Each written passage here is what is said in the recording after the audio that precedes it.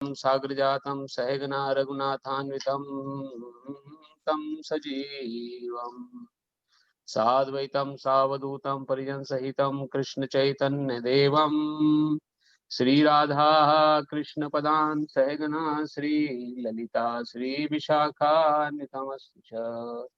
हे कृष्ण करुणा सिंधु दीनबंधु जगतपते गोपेश गोपिका कांता श्री राधा कांता नमोस्तुते। तप्त कांचन गौरंगे श्री राधे वृंदावनेश्वरी वृषभानुसुते देवी प्रणमामि हरि प्रिये। वाञ्छाकल्पतरुभ्यश्च कृपा सिन्धुभ्येव च पतितानां पावनेभ्यो वैष्णवेभ्यो नमो नमः। जय श्री कृष्ण चैतन्य प्रभु नित्यानंद श्री अद्वैत गदाधर श्रीवासादि गौर भक्त वृंदा। तो आप सभी से मेरी पुनः प्रार्थना है कि एक बार अपना फोन अनम्यूट करें और भगवान का जो शुद्ध नाम है उसका उच्चारण मेरे साथ साथ आप करिएगा कि भगवान दिन भर जो हमारे जीवन में उतार चढ़ाव रहे या मन में अलग अलग विचार बने रहे तो भगवान का शुद्ध नाम उसे प्योर करने की काबिलियत रखता है, मन को एकदम साफ कर देगा जिससे कि ज्ञान अपने मन में अपने बुद्धि में धारण कर सके। तो आप अनम्यूट कर सकते हैं और मेरे पीछे पीछे भगवान के शुद्ध नाम का उच्चारण आप करिएगा। हरे कृष्णा हरे कृष्णा हरे कृष्णा हरे कृष्णा कृष्णा कृष्णा हरे हरे कृष्ण कृष्णा हरे हरे हरे राम हरे राम राम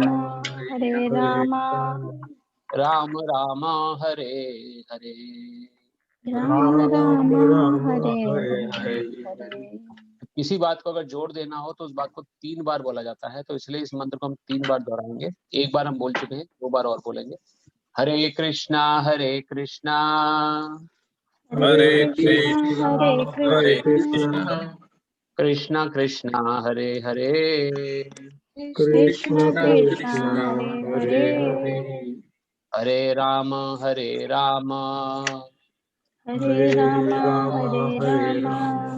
राम राम हरे हरे राम हरे हरे हरे कृष्णा हरे कृष्णा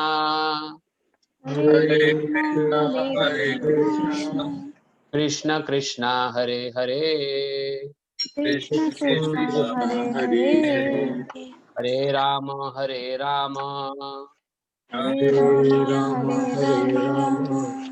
राम राम हरे हरे।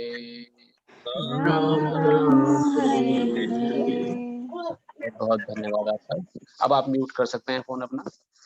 और बीच में कोई अगर आपका प्रश्न हो जो हम, तो वैसे तो प्रश्न का एक समय है जो पहले से हमारे साथ आ रहे हैं सुनते हुए, हम आधा घंटा या 15 मिनट प्रश्न उत्तर के लिए रखते हैं आखिरी में, लेकिन बीच में कोई प्रश्न हो तो आप बिल्कुल भी हिचकिएगा मत प्रश्न पूछने में। प्रश्न उत्तर जब तक सॉल्व नहीं होंगे तब तक ये जो मिस्ट्री है भगवत गीता की ये सॉल्व नहीं होगी। हमारे हमारी कल्पनाओं में, हमारे विचारों में, हमारे माता पिता ने, उनके माता पिता ने, उनके माता पिता ने जो ज्ञान हमें बताया कि अध्यात्म क्या है, भगवत गीता क्या है, उसको हम यथार्थ रूप से समझने का प्रयास कर रहे हैं। तो ये एक इंटरेक्टिव सेशन है। ये कोई ऐसा नहीं कि खाली मैं ही बोलूंगा या मैं आपके विचार नहीं सुनूंगा, आपको मेरे विचार सुनने के लिए बाध्य है होना पड़ेगा, ऐसा नहीं। तो आप बिल्कुल फील फ्री, जस्ट अपने को फील फ्री करिएगा, मतलब एकदम नॉर्मल तरीके से जो आपको ना बात समझ में आए पूछ सकते हैं। तो आज के सत्र को आरंभ करते हैं थोड़ा पुनर्कथन के साथ। पुनर्कथन अर्थात जो हमने पिछले हफ्ते पढ़ा भगवत गीता में क्या अध्याय। हम भगवत गीता को प्रारंभ कर चुके हैं वास्तव में पिछले हफ्ते, पिछले रविवार से, लेकिन उस समय हमने थोड़ा भूमिका बताई थी। एक्चुअल में भगवत गीता श्लोकों के माध्यम से हम आज पढ़ेंगे। तो भगवत गीता का थोड़ा सा मैं रिकैप देता हूँ। कुछ लोग मैं आज देख रहा हूँ कुछ नए लोग हमारे साथ जुड़े हैं और उनका सर्वप्रथम बहुत बहुत धन्यवाद जो आज समय निकाल के भगवत गीता के सेशन में आए। हम सभी जानते हैं हम भगवत गीता सुनने क्यों आए हैं। हमें कुछ चाहिए इस किताब से। भगवत गीता क्या चाहिए हमें? चाहिए वास्तव मन की शांति, कैसे हमें जीवन जीना है और सबकी शांति परिभाषा अलग-अलग है। पिछले सत्र में हमने समझा कि कैसे हमारे प्रमुख समस्याएँ जो जीवन की हैं, उन समस्याओं का समाधान बड़े-बड़े घर बना के खूब अपनी सोसाइटी में अपनी इमेज क्रिएट करके सैटिस्फैक्शन नहीं मिलती है। एक माताजी ने ये भी बोला था कि सुख आता है क्षणिक थोड़े समय के लिए लेकिन फिर चला जाता है। तो कैसे सुख को पकड़ के रखा जाए? कैसे इसको समझा जाए? क्या हमें ही अपना दृष्टिकोण बदलना पड़ेगा? क्या वास्तव में कुछ ऐसी चीज़ है जो कि ऐसी मिले हमें सुखी जिसको हम हमेशा अपने मन में सोच सकें, ये अब हमारे हाथ से नहीं जाने वाली कम से कम। कम से कम ये तो मेरे पास है जिसकी वजह से मैं सुखी हूँ, वरना और बाकी चीज़ें तो मेरे चारों तरफ है, उनका तो कोई भरोसा नहीं है।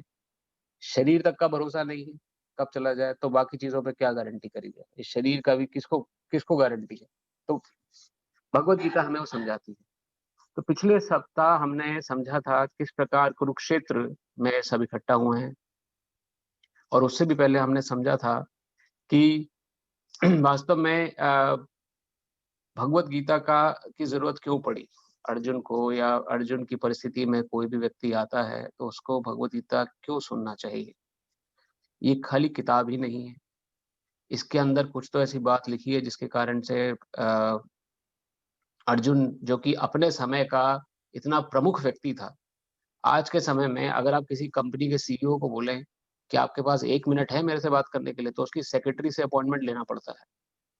उससे पूछना पड़ता है कि वो कब खाली है, जब हम उससे बात कर सकेंगे। किसी भी विशेष व्यक्ति के बारे में देखिए, उसका दिनचर्या, उसका शेड्यूल बना होता है। उसी प्रकार का व्यक्ति अर्जुन था अपने समय का। उसके पास 1 मिनट की फुर्सत नहीं थी और ऐसी परिस्थिति में जब उसे अपने जीवन का सबसे बड़ा डिसीज़न लेना था, उस समय उसने 1.5 घंटा स्पेंड किया, 1.5 घंटा बिताया भगवद गीता सुनने में। 1 मिनट नहीं, 2 मिनट नहीं, 1.5 घंटा। जबकि उसके सामने उसे एक लाइफ एंड डेथ का सवाल है। उसके सामने उसके करियर का उसका जो करियर है एज़ अ धनुर्धर, उसका उसका एक बहुत ही बड़ा एक माइलस्टोन सेट होने वाला है। एक बहुत बड़ा एक ऐसी चीज़ सेट होने वाली है जिसमें कि अगर वो उसमें हार जाता है, तो उसकी अपकीर्ति है और जीत जाता है तो पूरे विश्व में उसका उसका यशोगान होना है। तो ऐसे समय में उसने 1.5 घंटा बिताया भगवद गीता में, तो कुछ तो बात उसने सुनी है और सुनने के बाद उसने फिर युद्ध किया है। वही हम समझेंगे कि ऐसा क्या उसने सुनना है। क्योंकि अर्जुन जैसी परिस्थिति हमने पढ़ी पिछली क्लास में, पिछले सप्ताह हम सुनते आ रहे हैं, जो लोग क्लास मिस कर गए हैं पीछे की, जो भगवद गीता प्रारंभ करने से पहले हमने आत्म साक्षात्कार का ज्ञान कि वास्तव में इस ज्ञान की आवश्यकता क्या है, उसकी 8 सेशन हमने 8 हफ्ते पिछले 8 हफ्ते जारी किए थे, जो कि अभी यूट्यूब पर उपलब्ध हैं। आप उसको माध्यम देख सकते हैं, समझ सकते हैं क्या हमने समझा। तो अर्जुन को ये जो जिस परिस्थिति में वो आया, उस परिस्थिति में हम में से कोई भी आ सकता है। वो परिस्थिति क्या कहलाती है? उसे कहते हैं वास्तव में कि जब हमें अपना आगे का हमें हमें डिसीज़न लेना है और हम डिसीज़न को नहीं ले पाते। हमें एक ज़रूरत पड़ती है किसी ऐसे हमें काउंसलर की ज़रूरत पड़ती है। काउंसलर के बाद हमें वो काउंसलर हमें सजेस्ट करता है कि हमें क्या डिसीज़न लेना है। जब खुद हमारी बुद्धि काम करना बंद कर देती है, ऐसी परिस्थितियों में हमें क्या करना चाहिए? वही परिस्थिति अर्जुन की थी। और दूसरी बात ये समझनी है कि अर्जुन हमारी और आपकी तरह गृहस्थी था, कोई साधु सन्यासी या बाबा नहीं था। ये तो भगवत गीता किसी बाबा या साधु सन्यासी के लिए नहीं, कई लोगों के मन में विचारधारा है कि भगवत गीता तो आप बुढ़ापे में पढ़िएगा। तो हमने एक विषय लिया था पिछली क्लास में, क्या भगवत गीता बुढ़ापे का विषय है? तो क्या बूढ़े लोगों को ही भगवत गीता पढ़नी चाहिए, जवान लोगों को नहीं पढ़नी चाहिए, बच्चों को नहीं पढ़नी चाहिए? तो उसके निष्कर्ष पे हम निकले थे कि Bhagavad Gita is a rule book और उसमें क्या रूल्स लिखे हैं? उसमें रूल्स ये लिखे हैं कैसे अपने इस मनुष्य जीवन को हम जिएँ। जिस प्रकार हम बाज़ार से कोई सामान खरीदते हैं, छोटे से छोटा बिजली का उपकरण हम खरीद के लाएँगे, उसके साथ एक मैनुअल आता है, how to operate this equipment. इस इक्विपमेंट को आप कैसे चलाएँ। उसी प्रकार से जब हमें जीवन मिला तो भगवान ने एक रूल बुक दी, how to operate this human life. इस ह्यूमन लाइफ को जो हमें मनुष्य जीवन मिला है, इसको कैसे जिएँ। हम उस रूल बुक के बिना जीवन जीते आ रहे हैं, इसलिए इस संसार में कोई ये नहीं कह सकता कि मैं दुखों से फ्री हूँ। मुझे कोई दुख नहीं है, कोई चिंता नहीं है, कोई बीमारी नहीं है, कोई परेशानी नहीं है, ना ही आने वाली है। क्या कोई है इस कॉल में ऐसा जो क्लेम कर सकता है? ना मेरे को कोई परेशानी आने वाली है और ना इस समय कोई परेशानी है। तो वास्तव में हम सभी जानते हैं और एक सामान्य ज्ञान की बात है, कोई ऐसा इस बात को वर्णन नहीं कर सकता। और उसका कारण क्या है? हमने वो रूल बुक मिस कर दी। कैसे जीवन को जिएँ, और वो रूल बुक भगवत गीता है, जो कि हमारे स्कूलों में, स्कूल की पढ़ाई में, फिर आगे किसी को वास्तविक ज्ञान का महत्व तक ना पता होने के कारण सिर्फ़ एक ही भेड़-चाल में सब चल रहे हैं कि अगर मेरे पास खूब पैसा हो गया तो मैं शायद सुखी हो सकता हूँ। अगर मेरे पास खूब सामाजिक मेरा दायरा बढ़ गया, लोक प्रतिष्ठा बढ़ गई, मेरे काम की वजह से लोग मुझे समझने लगे, जानने लगे, तो शायद मैं सुखी हो जाऊँगा। लेकिन क्या उस स्थिति में पहुँच के भी लोग सुखी रह सकते हैं? टेंशन, फ्रस्ट्रेशन क्या उसके बाद आनी बंद हो जाती है? क्या एंग्ज़ायटी नहीं रहती? भविष्य में आने वाले जो कष्ट हैं, भविष्य में आने वाली जो जो परेशानियाँ हैं, जो डर है, भविष्य में आने वाली परेशानियों के डर को एंग्ज़ायटी बोलते हैं। और पूर्व काल में हमारे साथ जो घटित हो गया, उससे उत्पन्न जो डर है, उसे डिप्रेशन का नाम दिया जाता है। तो डिप्रेशन और एंग्ज़ायटी, ये दोनों चीज़ें हमारे साथ चिपक के चल रही हैं। कोई इससे फ्री नहीं है। और ये मेरी वाणी नहीं है, ये मैं नहीं कह रहा हूँ, ये भगवत गीता के माध्यम से जो प्रमुख आचार्य हैं हमारे जीवन जिनके संसर्ग में हम लोग हैं, उनसे उनके विचार हैं, और जो कि इस चीज़ को प्रस्तुत करते हैं, वास्तव में वही डिप्रेशन, वही एंग्ज़ायटी। अब अर्जुन इस समय एंग्ज़ायटी का शिकार था। उसे फ्यूचर में, उसे भविष्य में आने वाले जो परेशानियाँ होने वाली थी, उसका भय उसे दिख रहा था। ऐसे हमारे जीवन में भी कई बार हो सकता है। तो पिछले सत्र में हमने यही समझा कि क्यों भगवत गीता की ज़रूरत पड़ी, कि हम लोगों को इस परेशानी का समाधान जड़ से निकालना है। समस्या का समाधान अगर ढूँढना है, समस्या क्या है? सबसे पहले समस्या ये है कि ये समस्या नहीं है कि मेरे पास नौकरी की समस्या है, या मेरे घर में बच्चों की पढ़ाई की समस्या है मुझे, या चिंता, कई कई प्रकार की चिंताओं का हमने वर्णन किया, किस-किस चिंताओं से लोग ग्रसित रहते हैं। किसी को नौकरी की चिंता है, किसी की नौकरी अच्छी है तो उसे शादी की चिंता है, किसी की शादी अच्छे घर में हो गई है तो घर में एडजस्टमेंट की चिंता है, घर में एडजस्टमेंट अच्छा-सा हो गया तो बच्चे अब सही तरह से परवरिश कर जाएँ, उसकी चिंता है। बच्चे परवरिश ठीक से नहीं कर पाते, बिगड़ने का डर है तो उसकी चिंता है। बच्चे सही परवरिश कर गए, आगे पढ़ लिख गए तो उनकी नौकरी सही लगेगी, नहीं लगेगी तो माता-पिता को उसकी चिंता है। अच्छे घर में उनकी शादी होगी कि नहीं होगी, फिर उसकी चिंता है। बीमारी की चिंता है, कोई बड़ी बीमारी ना हो जाए। कोई बड़ी बीमारी ने घेर लिया, एक दिन ब्लड टेस्ट कराने गए, ब्लड टेस्ट की रिपोर्ट आई, रिपोर्ट देखते ही घबरा गए, पसीना छूट गया। तो बड़ी बीमारी ना हो जाए उसकी चिंता हो गई। तो लोग कई बार अपना एनुअल चेकअप नहीं कराते इसी डर से कि बहुत समय से नहीं कराया, कोई बीमारी ना निकल आए। तो ये विभिन्न प्रकार की रूप में चिंताएँ आती हैं हमारे जीवन में। लेकिन ये चिंताएँ को बोला जाता है रिलेटिव चिंताएँ। रिलेटिव मतलब एक इंसान को है, दूसरे को नहीं है। नौकरी की चिंता किसी को है, किसी को नहीं है। किसी को पढ़ाई की चिंता है कि बच्चे पढ़ लिख के क्या करेंगे। किसी के बच्चे इतने होशियार होते हैं कि कॉलेज में ही कैंपस लगता है और बड़ी-बड़ी कंपनियाँ कॉलेज से ही बच्चों को रिक्रूट करके ले जाती हैं। पहली सैलरी ही $1 मिलियन, शुरू से चिंता ही नहीं हुई हमें। तो ये चिंताएँ किसी को हैं, किसी को नहीं है, रिलेटिव चिंताएँ हैं। लेकिन वास्तव में ऐसी भी चिंताएँ हैं, समस्याएँ हैं जिससे एक शूद्र चींटी से लेके किसी देश के प्रधानमंत्री, प्राइम मिनिस्टर तक नहीं बचा हुआ है। तो वो हमने चर्चा करी थी कि 7 प्रकार की चिंताएँ हैं, जो कि प्रमुख रूप से सबसे जुड़ी हुई हैं। क्या हम में से कोई ऐसा है जो वॉलंटियर करके बता सकता है, जो पहले से जुड़ा हुआ है? वो 7 प्रकार के समस्याएँ क्या हैं? कोई भी एक समस्या? परिवार की एक समस्या प्रभु जी। आप बोले कि वो प्रमुख समस्या नहीं है, वो परिवार की समस्या जो है वो रिलेटिव है। किसी के घर में परिवार की समस्या नहीं होती। तो मेन जिन समस्याओं से ग्रसित रहता है, जैसे स्वास्थ्य से रिलेटेड है, जन्म, मृत्यु, इन सब में उलझा रहता है। ये भी एक समस्याएं हैं। जी प्रभु।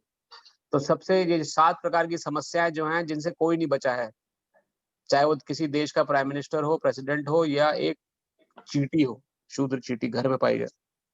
वो 7 प्रकार के कष्ट क्या हैं? जन्म मृत्यु जरा व्याधि दुख दोषानुदर्शनम। भगवान कृष्ण भी कहते हैं भगवत गीता में व शास्त्र माध्यम से कि इन 4 दुखों का तो निरंतर दर्शन करना चाहिए, दुख दोष दर्शनम। जिसका जन्म हुआ है उसको बीमारियां लगेंगी ही लगेंगी। तो रोग एक सबसे बड़ी चिंता है, कोई रोग से नहीं बचा है, हर किसी को रोग होता है। कोई ये नहीं क्लेम कर सकता कि मुझे बचपन से आज तक ना बुखार चढ़ा है, ना कोई बीमारी हुई है, ना कोई कष्ट हुआ है बीमारी के कारण, ना कोई भविष्य में उसको गारंटी ले सकता है। तो रोग ऐसा है जो किसी को कभी भी हो सकता है। कोई रोगी नहीं होना चाहता है, लेकिन ये कष्ट आने हैं और भोगने हैं। जैसे थोप दिए गए हो हमारे ऊपर, भाई तुम्हें भोगना ही पड़ेगा, इससे तुम बच ही नहीं सकते हो। रोग, बुढ़ापा, बुढ़ापा होना कोई नहीं होना चाहता है। बुढ़ापा से बचने के लिए इतने सारे ब्यूटी पार्लर सब कुछ खुले हुए हैं बाहर। क्यों इनका कारण क्या हुआ? क्योंकि हम बुढ़ापे से बचना चाहते हैं, बूढ़ेपन की झुर्रियों से स्किन हमारी टाइट रहे, स्किन हमारी एकदम से एक्टिव रहे, कोई हमें बूढ़ा ना कह दे। बाल सफेद हो गए हैं तो लोग कलर करते हैं, छुपाने के पीछे चिंता। क्या चिंता है? चिंता यह है कि किसी ने मेरे सफेद बाल देख लिए तो वहीं टोक लगा देगा, और टोक देगा तो वहीं मेरे मन में घर कर जाए। तो बुढ़ापा एक बहुत बड़ी चिंता है। बुढ़ापा लेकिन आ रहा है, भोगना तो पड़ेगा। तो बुढ़ापा एक बहुत बड़ी चिंता है। जन्म जन्म, धन्यवाद माता जी। जन्म हुआ है इसलिए ये दोष है, तो जन्म एक बहुत बड़ी समस्या है। जन्म लेना, हम माता की गर्भ में रहे 9 महीना, हम सभी रहे हैं। जो भी संसार कॉल पे है, जो कॉल पे नहीं भी हैं, हम सभी 9 महीना माता की गर्भ में रहे हैं। और 9 महीना उस स्थिति में रहे जिस स्थिति ऐसी वर्णित होती है जैसे एक पॉलिथीन बैग में किसी व्यक्ति को उल्टा टांग दिया जाए और 9 महीने उसे उल्टा टांग के उसके चारों तरफ कीड़े मकोड़े पाए, जो माँ के पेट में कीड़े जो उसको काटते हैं। ठीक उसी प्रकार जिस प्रकार किसी एयर टाइट कमरे में किसी को कस के बंद कर दिया जाए 9 महीने के लिए, और एक फूड पाइप डाल दिया जाए उसके मुंह में, भाई इसी से तुम्हें जो मिलेगा आहार मिलेगा। 9 महीने बाद उस कमरे का दरवाजा जब खुलेगा तो चीखता चिल्लाता वो बाहर निकलेगा, मैं कहाँ से बाहर निकल के आ रहा हूँ, रोता हुआ बाहर निकलेगा। वो स्थिति हम सभी की रही है। और तो आध्यात्मिक शरीर और मन का मृत्यु जी बहुत बहुत धन्यवाद। आध्यात्मिक शरीर पे हम चर्चा करेंगे जनक प्रभु जी। माता जी बिल्कुल, मृत्यु हमारा चौथा दुख है। तो जन्म हुआ है, जन्म इसलिए हमें ये दुख तो देखने पड़ेंगे, रोग भी देखने पड़ेंगे, बुढ़ापा भी देखना पड़ेगा, और अल्टीमेट जो हमारा दुख है मृत्यु। कोई मरना नहीं चाहता, कोई भी इंसान ऐसा नहीं है जो कहे कि मैं मरना चाहता हूँ। वो बहुत ही हताहतोत्साही इंसान जो होते हैं उनकी बात मैं नहीं कर रहा हूँ, जो कि सुसाइड कर लेते हैं, जो मार लेते हैं, कि वो तो बहुत ही डिप्रेस लोग हैं। उनकी भी चर्चा करेंगे, वो स्थिति में क्यों पहुंचते हैं, वो भी हमारी चर्चा का विषय रहेगा। लेकिन एक नॉर्मल इंसान से अगर पूछा जाए तो कोई ऐसा नॉर्मल इंसान नहीं है जो ये कहे कि मैं मरना चाहता हूँ। इतने बड़े बड़े साइंटिस्ट लोग क्या रिसर्च कर रहे हैं, कैसे ह्यूमन क्लोनिंग करके बचाया जाए, कैसे अपने जीवन को और लंबा किया जाए, कैसे हम दूसरे ग्रह पे जीवन ढूंढें, जिस प्रकार इस जीवन पे अगर ग्रह किसी कारण से संकट में आ जाए तो हम दूसरे ग्रह पे जा सकें। तो अल्टीमेट जो फियर है, जो डर है, वो मृत्यु का डर है। वो अल्टीमेट डर, मृत्यु, कोई मरना नहीं चाहता, फिर भी मृत्यु हम पे थोप दी गई है ऐसे जैसे कि हमें मरना ही पड़ेगा। भाई हम नहीं, मैं मरना चाहता हूँ फिर भी मरना पड़ेगा तुम्हें, this is law, this is rule. ये कष्ट है बहुत बड़ा। इसके बाद 3 प्रकार के कष्ट और हमने समझे थे, आदि दैविक ताप, आदि भौतिक ताप, आदि आध्यात्मिक ताप।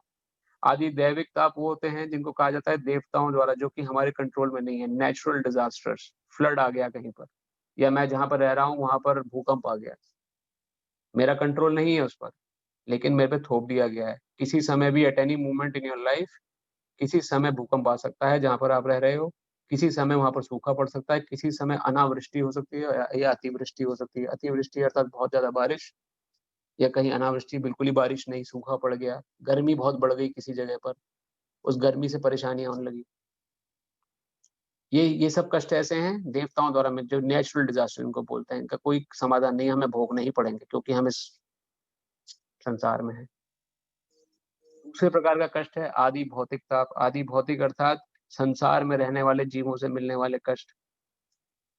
मैं, मेरे ऑफिस में मेरा अच्छा खासा काम चल रहा है, सब कुछ बढ़िया चल रहा है, मगर मगर मेरे साथ ही मेरा एक ऐसा है जो मेरे कार्य से ईर्ष्या करता है। उसने बैक बाइटिंग कर दी मेरे मैनेजर से, कुछ गलत सलत कुछ भी बोल दिया, मेरा अप्रेजल रुक गया।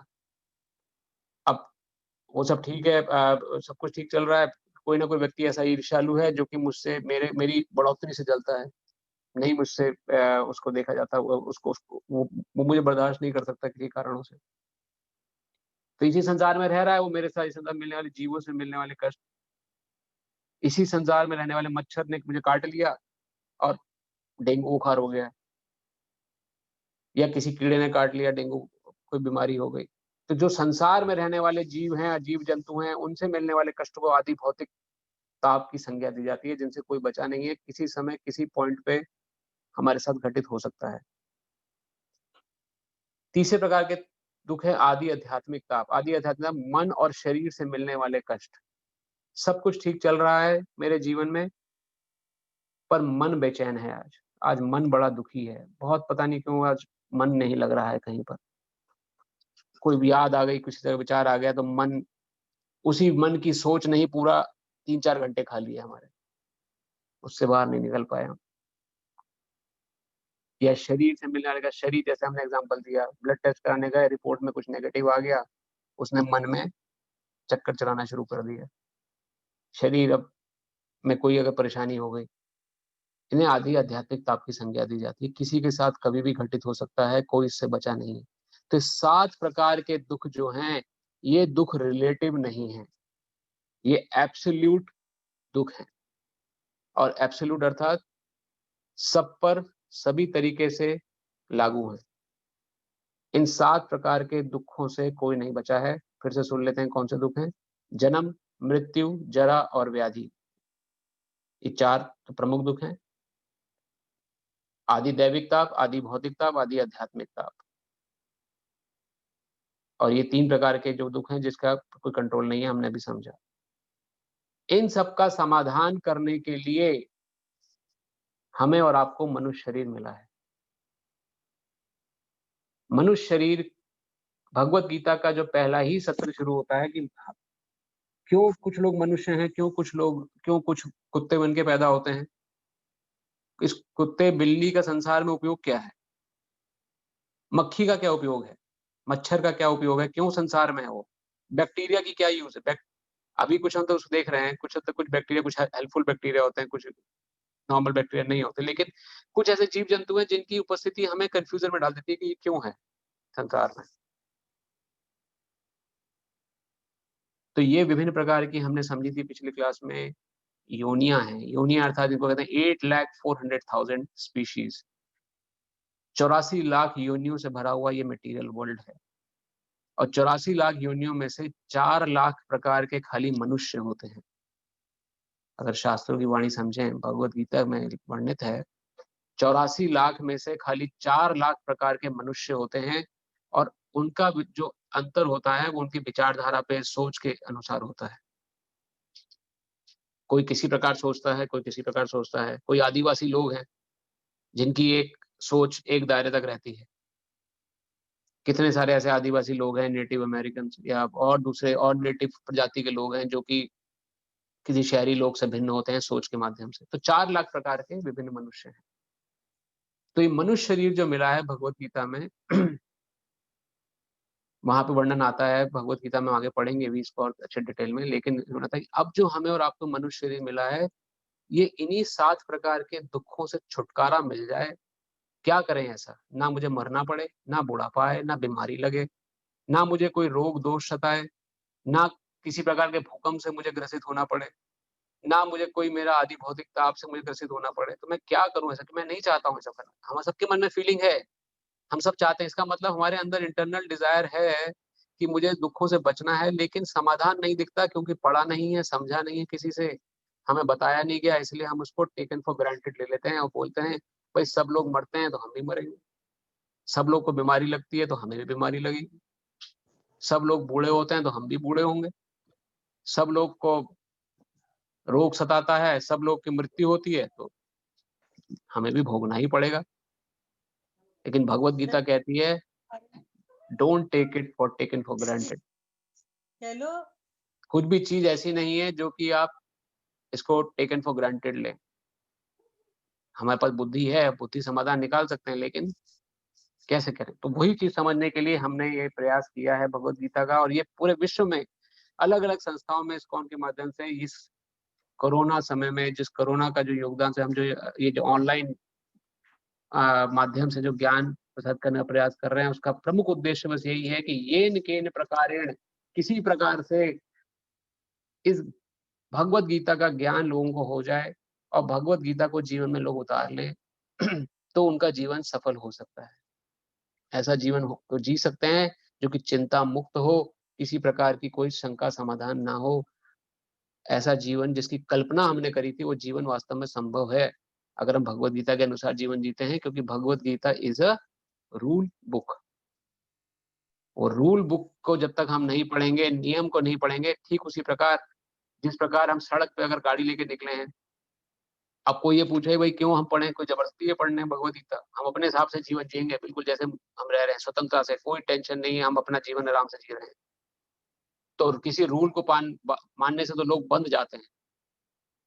तो क्या आप हमें बांधने का प्रयास कर रहे हैं कि हम अपना जीवन जिए? हम भाई भगवद गीता में तो लिखा है कि आपको किस प्रकार का दान देना चाहिए, कैसा दान नहीं देना चाहिए। मैं तो सभी को दान देना चाहता हूँ। हम आगे अगले क्लासेस में पढ़ेंगे किस प्रकार से क्या-क्या भगवद गीता में लिखे हुए हैं।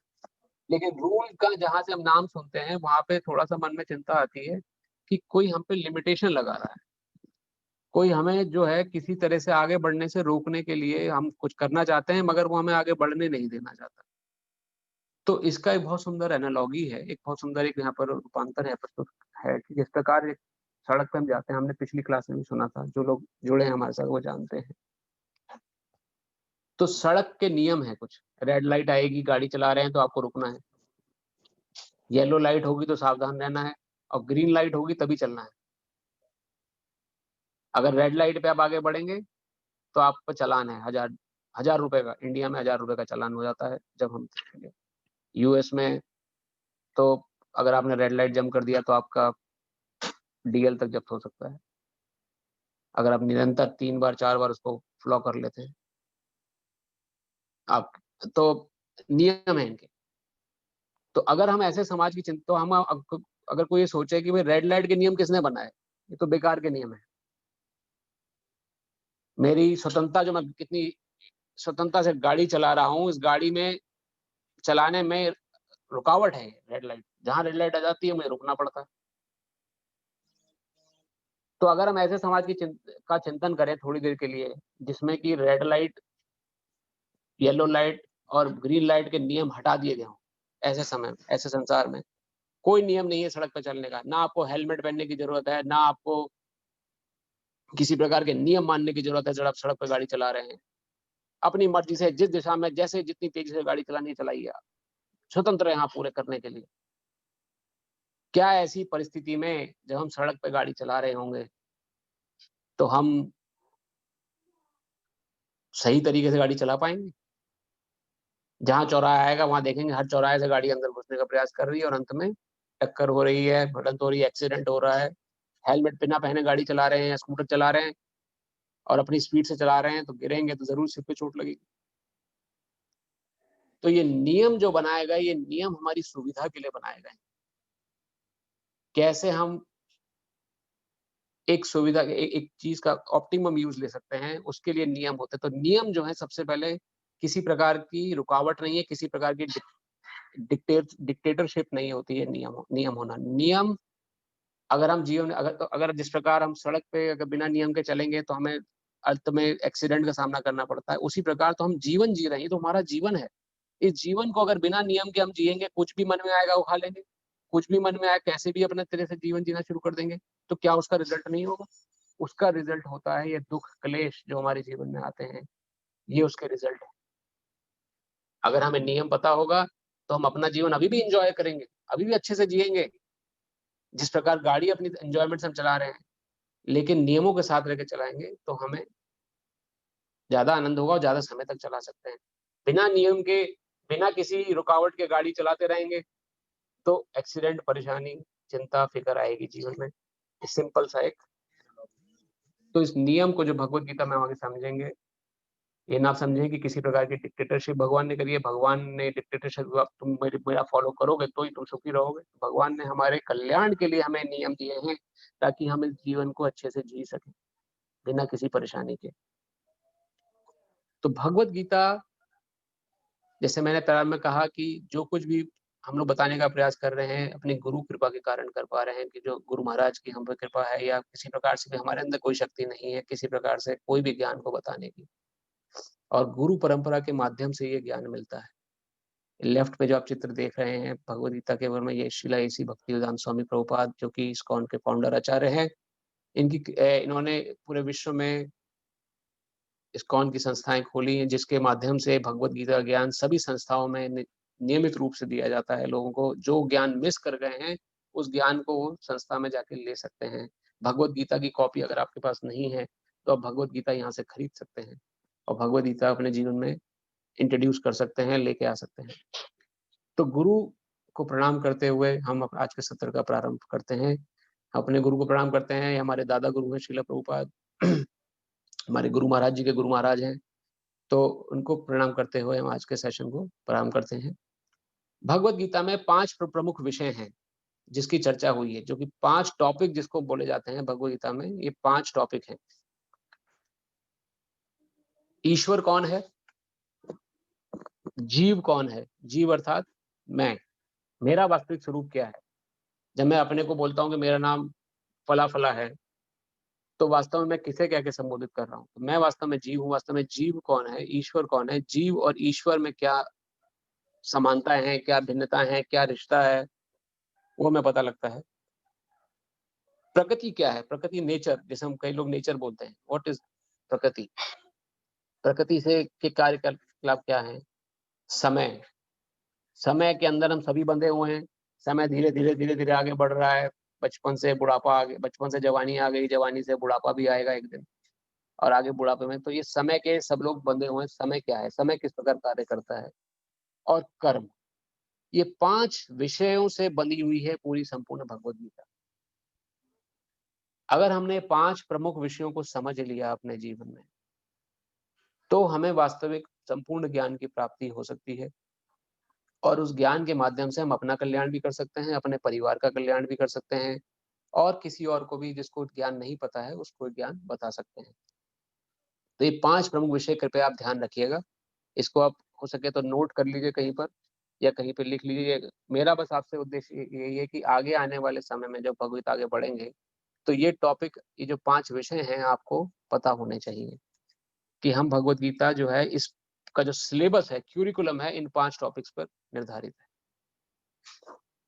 इन सभी का हम एक-एक छोटा-छोटा विवरण ले चुके हैं पिछले अपनी क्लासेस में। ईश्वर कौन है हम समझ चुके हैं हमारे पिछले सेशन में। अजय प्रभु जी बहुत-बहुत धन्यवाद, आपने एक स्लाइड शेयर करी थी पहले। तो वही सेशन हमारे यूट्यूब पर उपलब्ध है।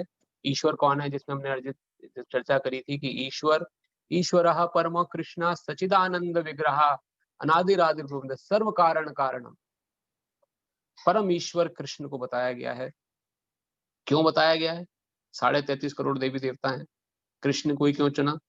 तो इसका शास्त्रों में वर्णन मिलता है, वो हम अपनी क्लासेस में समझेंगे आगे। कृष्ण को ही क्यों ईश्वर बनाया है, कृष्ण ही क्यों ईश्वर हैं? कृष्ण, संक्षिप्त में आपको बताता हूं, अगर हम प्रमुख शास्त्र देखें तो उनमें अलग अलग वर्णन मिलता है, और सभी ने कृष्ण को ही सर्वोपरि माना है। और कृष्ण की ही वाणी भगवत गीता है जिसकी चर्चा सुनने हम लोग आज एकत्रित हुए हैं।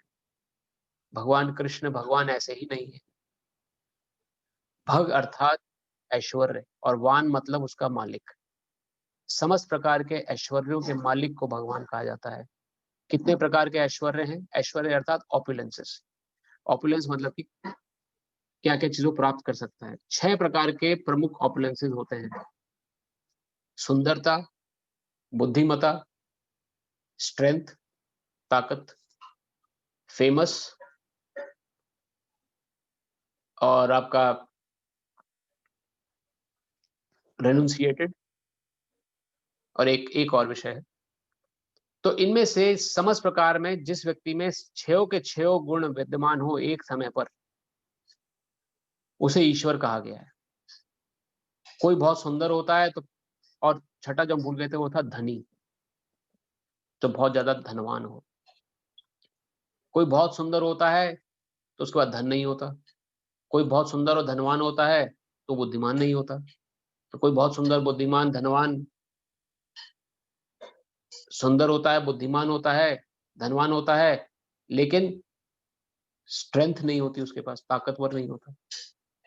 कोई बहुत सुंदर धनवान होता है, बुद्धिमान होता है, स्ट्रेंथ भी होती है, तो रेनुंशिएटेड यानी कि वैरागी नहीं होता वो। सब कुछ छोड़ दे 1 मिनट के अंदर, बिना किसी लोभ लालसा के, ऐसा कोई व्यक्ति नहीं पाया जाता है। लेकिन कृष्ण के अंदर ये सभी गुण विद्यमान थे। हम समझेंगे भगवद गीता के माध्यम से भी, और अगर आप हमसे जुड़े रहेंगे तो आगे चर्चा करेंगे। अब शास्त्रों में, अलग-अलग शास्त्र में उसका वर्णन मिला है कैसे कृष्ण ईश्वर हैं। तो कृष्ण का यहाँ पर वर्णन आता है कि कृष्ण की वाणी भगवद गीता हम सुनने आए हैं, कृष्ण ईश्वर हैं। जीव अर्थात हम सभी जो लोग हैं, उन सभी जीवों का यहाँ पे चर्चा होगी भगवद गीता में। कर्म की परिभाषा क्या है, कितने प्रकार के कर्म हैं। 3 प्रकार के कर्म भगवद गीता में बताए गए हैं, जो कि हम 3रे अध्याय में और 5वें अध्याय में कर्म योग के माध्यम से समझेंगे। 3 प्रकार के कर्म हैं, ना करने वाले योग्य कर्म जिन्हें हम कहा कहते हैं अकर्म।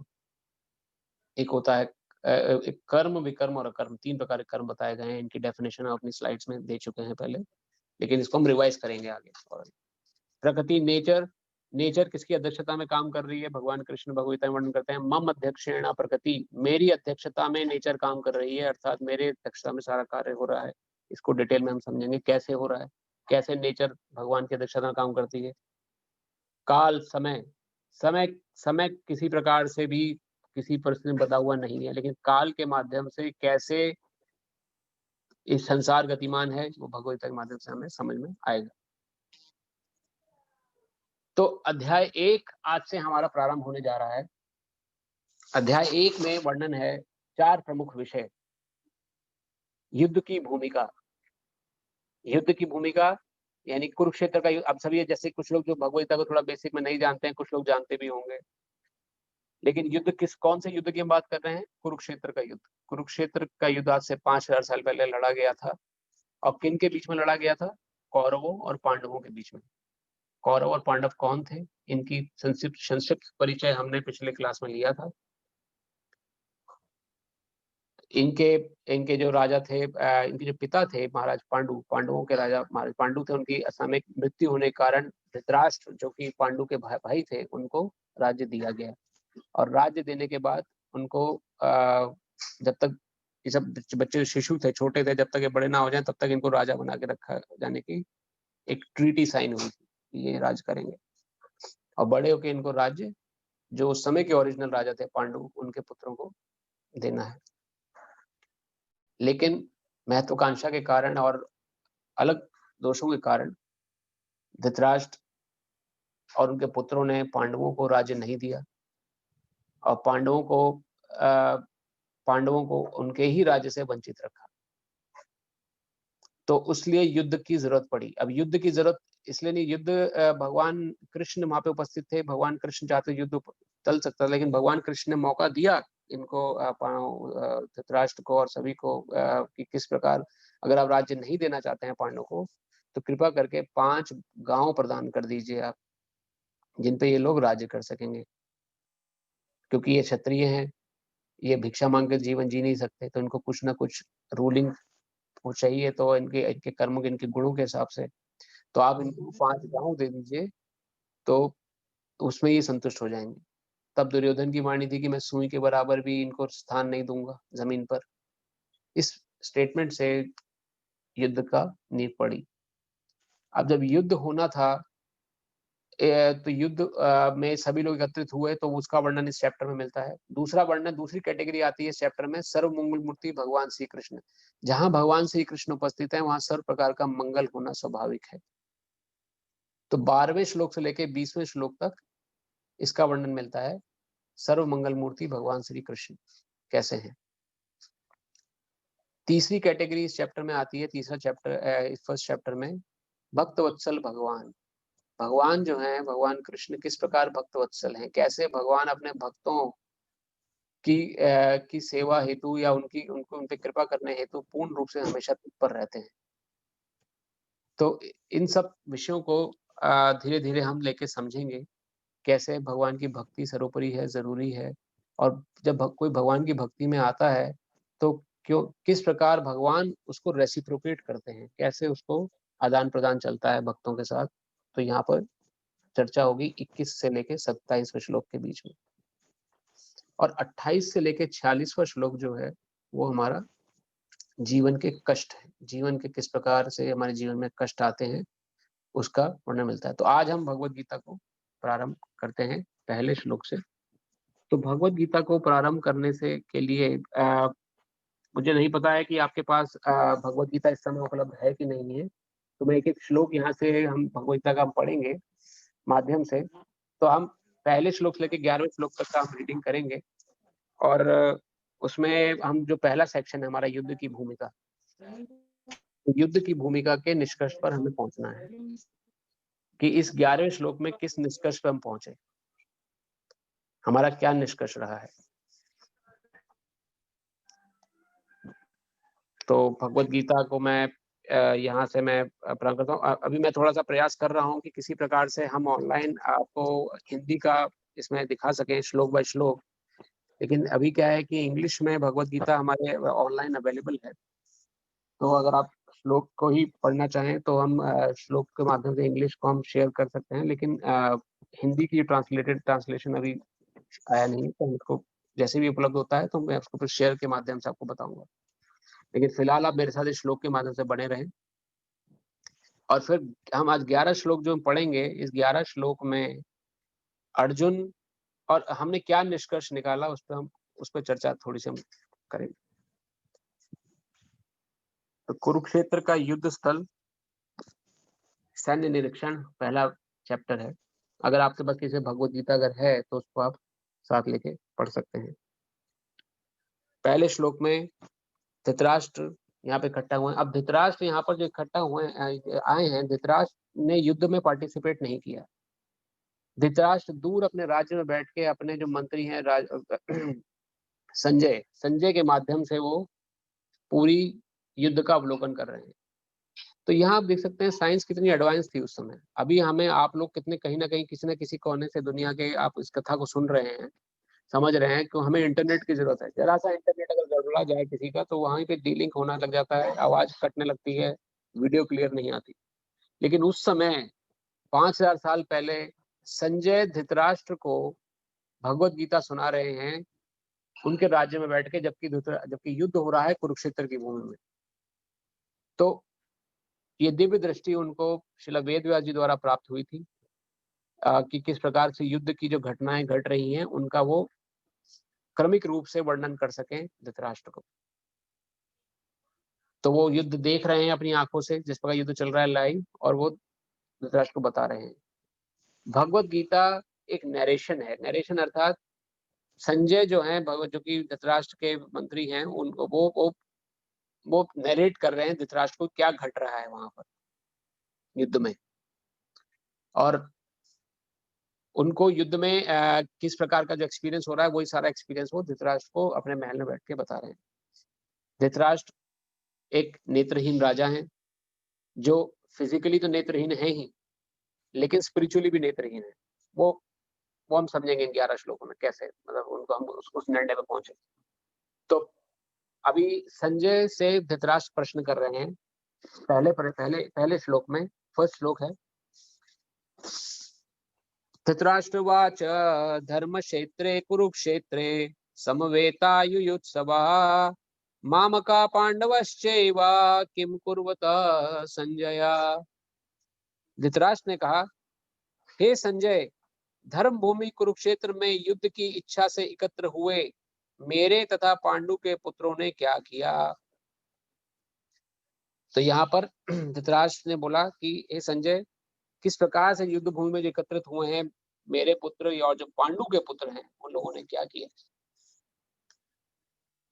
संजय क्या बोलते हैं इसके जवाब में, संजय वाचा दृष्टवा तु पांडवानीकम व्यूढ़म दुर्योधनस्तदा आचार्यमुपसंगम्य राजा वचनम ब्रवीत। संजय ने कहा, हे राजन, पांडु पुत्रों द्वारा सेना की व्यूह रचना देखकर राजा दुर्योधन अपने गुरु के पास गया और उसने ये शब्द कहे। तो संजय बता रहे हैं धृतराष्ट्र को कैसे जब दुर्योधन ने देखा कि पांडवों ने किस प्रकार की व्यूह रचना करी है, तो वो देख के थोड़ा घबरा गया और अपने गुरु के पास गया। और गुरु कौन है? द्रोणाचार्य, अर्जुन के।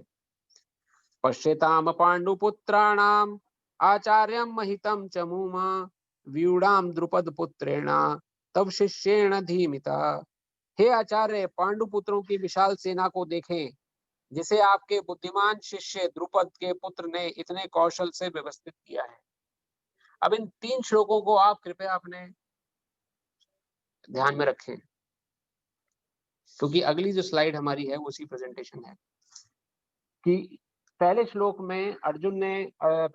में धृतराष्ट्र ने ये पूछा है संजय से, धर्म क्षेत्रे कुरुक्षेत्रे समवेता युत्सवा मामका पांडवश्चैव किम कुर्वतः संजय, कि वास्तव में धृतराष्ट्र किस प्रकार का व्यक्ति है, उसकी मानसिकता क्या है।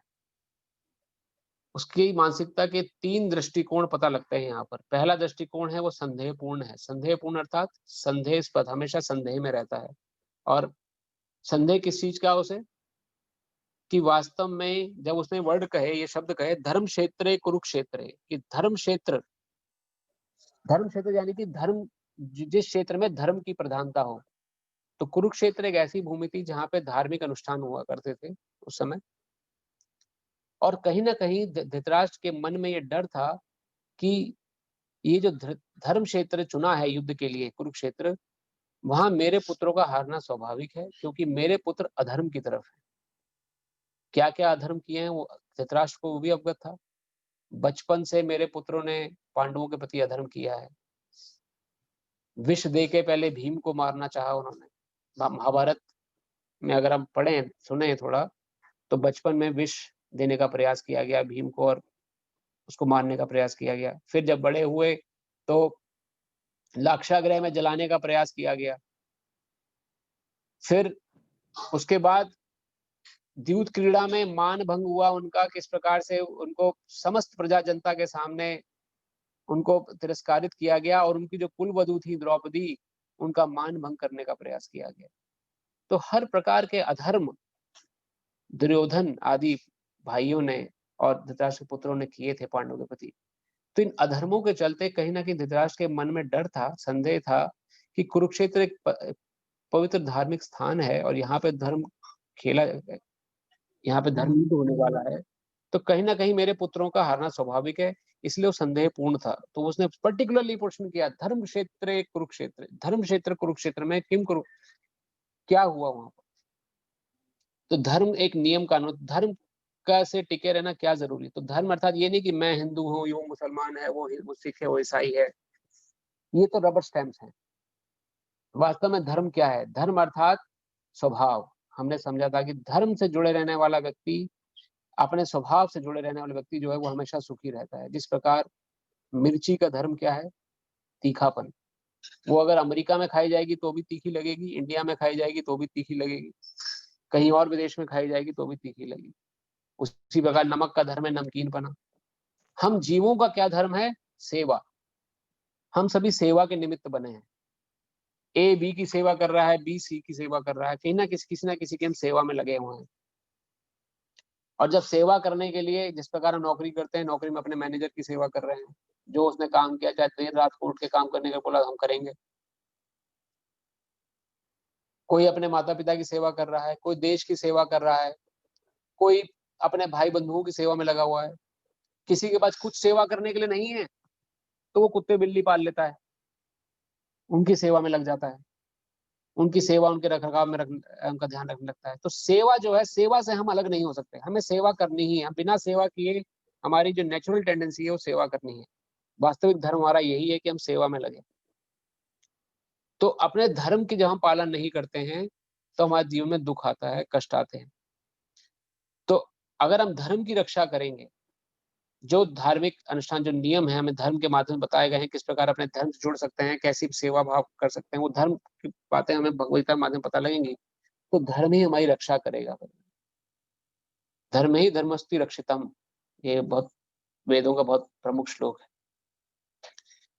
तो कुरुक्षेत्र के युद्ध भूमि में जो धर्म क्षेत्र युद्ध होने वाला था, उसमें दुर्योधन जानता था कि ये धृतराष्ट्र जानते थे कि भाई मेरे पुत्र अधर्म की तरफ हैं शुरू से, तो कुरुक्षेत्र एक पवित्र स्थान है, तो ऑटोमेटिकली उस स्थान का प्रभाव पड़ेगा इनके ऊपर और ये हारना इनका स्वाभाविक हो सकता है। तो वो बड़े डाउटफुल स्थिति में उसने संदेहपूर्ण होकर ये प्रश्न किया संजय से, धर्म क्षेत्र कुरुक्षेत्र। दूसरा उसका मन का विचारधारा क्या थी कि वो भयभीत था। भयभीत अर्थात उसको मन में डर था। किस चीज का डर था? कि आसक्ति के कारण, उसकी जो आसक्ति है, उसका जो पुत्र मोह है, धृतराष्ट्र जानता था कि उसकी आसक्ति के कारण मैं अनुचित कार्य कर रहा था। उसको पता था कि मैं अपने पुत्र मोह के कारण, जो मुझे अपने पुत्र के प्रति अनावश्यक आसक्ति है, इसके कारण मैं एक अनुचित कार्य कर रहा हूं। मैं चाहता तो द्यूत क्रीड़ा को रोक सकता था, लेकिन पुत्र मोह के कारण नहीं रोक पाया। वो जो कौरव पांडव आपस में जो जुआ खेल रहे थे, उस समय अगर मैं चाहता तो रोक सकता था। मैं चाहता तो द्रौपदी जी का मान भंग रोक सकता था, लेकिन एक आसक्ति मनुष्य को, तो आसक्ति जो है, इससे हमें जो जो ज्ञान मिलता है ये है कि अत्यधिक आसक्ति चिंता का कारण बन जाती है। किसी व्यक्ति के प्रति, किसी वस्तु के प्रति, किसी देश के प्रति, किसी समाज के प्रति, किसी घर के प्रति अगर हमारे अंदर बहुत आसक्ति है, अटैचमेंट है, तो अटैचमेंट दुख का कारण बन सकती है। तो उससे भयभीत होने की स्थिति जागृत हो सकती है, जो कि इस समय धृतराष्ट्र की स्थिति थी, भयभीत था। और तीसरा उसका जो पहलू देखने को मिलता है धृतराष्ट्र का, वो है पक्षपातपूर्ण, पक्षपाती था धृतराष्ट्र। मैं और मेरा की भावना थी उसके अंदर। वो सभी भावनाएं हम सभी के अंदर कुछ ना कुछ रूप में पाई जाती है। मेरा घर, मेरी संतान, मेरी नौकरी, मेरा देश, मेरा समाज, मेरा धर्म सर्वोपरि है। तो अपनी चीजों को हम सर्वोपरि बताने का प्रयास करते हैं। मैं और मेरा की जो भावना है, ये वास्तव में पक्षपाती बनाती है। इस भावना की मानसिकता वाले लोग सभी जीवों का सभी प्रकार से कल्याण नहीं सोच सकते। तो कई बार सोचते हैं कि मेरे पास ये ऑपुलेंस है, मेरे पास है जॉब, अगर मैं अपनी जॉब में कुछ अच्छी चीज जानता हूँ या जानती हूँ, मैं किसी को नहीं बताऊंगा, क्योंकि अगर मैं बता दूंगा तो मेरी वैल्यू कम हो जाएगी। या मैं कुछ अच्छे ज्ञान रखता हूं तो मैं ज्ञान किसी को नहीं शेयर करूंगा, अगर मैंने उसको बता दिया तो कोई मुझे नहीं पूछेगा। ये मन में डर जो हमारे है, चिंता रहती है, ये मैं और मेरा के कारण रहती है। तो 3 प्रकार के दृष्टिकोण जो हैं ये धृतराष्ट्र के थे, थोड़े थोड़े मात्रा में हर जीव के अंदर विद्यमान रहते हैं। संदेहपूर्ण स्थिति हमारे अंदर रहती है हमेशा, क्योंकि हम धर्म के साथ कई बार नहीं होते। अधार्मिक कार्य होने के कारण हमारे मन में डर रहता है कि मुझसे गलत काम हुआ है तो उसका दुख मुझे देखना पड़ सकता है। भयभीत स्थिति हमारी बनी रहती है, क्योंकि भयभीत आसक्ति है, मेरे से घर ना छूट जाए, परिवार से अलग ना हो जाऊं, नौकरी ना चली जाए, इतनी अच्छी नौकरी है, सब घर बैठ के अच्छे से मिल रहा है, वो ना छूट जाए मेरे से। तो भयभीत स्थिति, क्योंकि अटैचमेंट है। अटैचमेंट जो है वो हमारे दुख का कारण बनी हुई है। और तीसरा है पक्षपातपूर्ण। तो इन तीनों विचारधाराओं को रख के जब धृतराष्ट्र ने प्रश्न किया, धर्म क्षेत्र कुरुक्षेत्र, और उसमें वो पक्षपाती किस प्रकार था, बोला था कि मामका पांडवश्चैव, मेरे पुत्रों ने तथा पांडु पुत्रों ने क्या किया।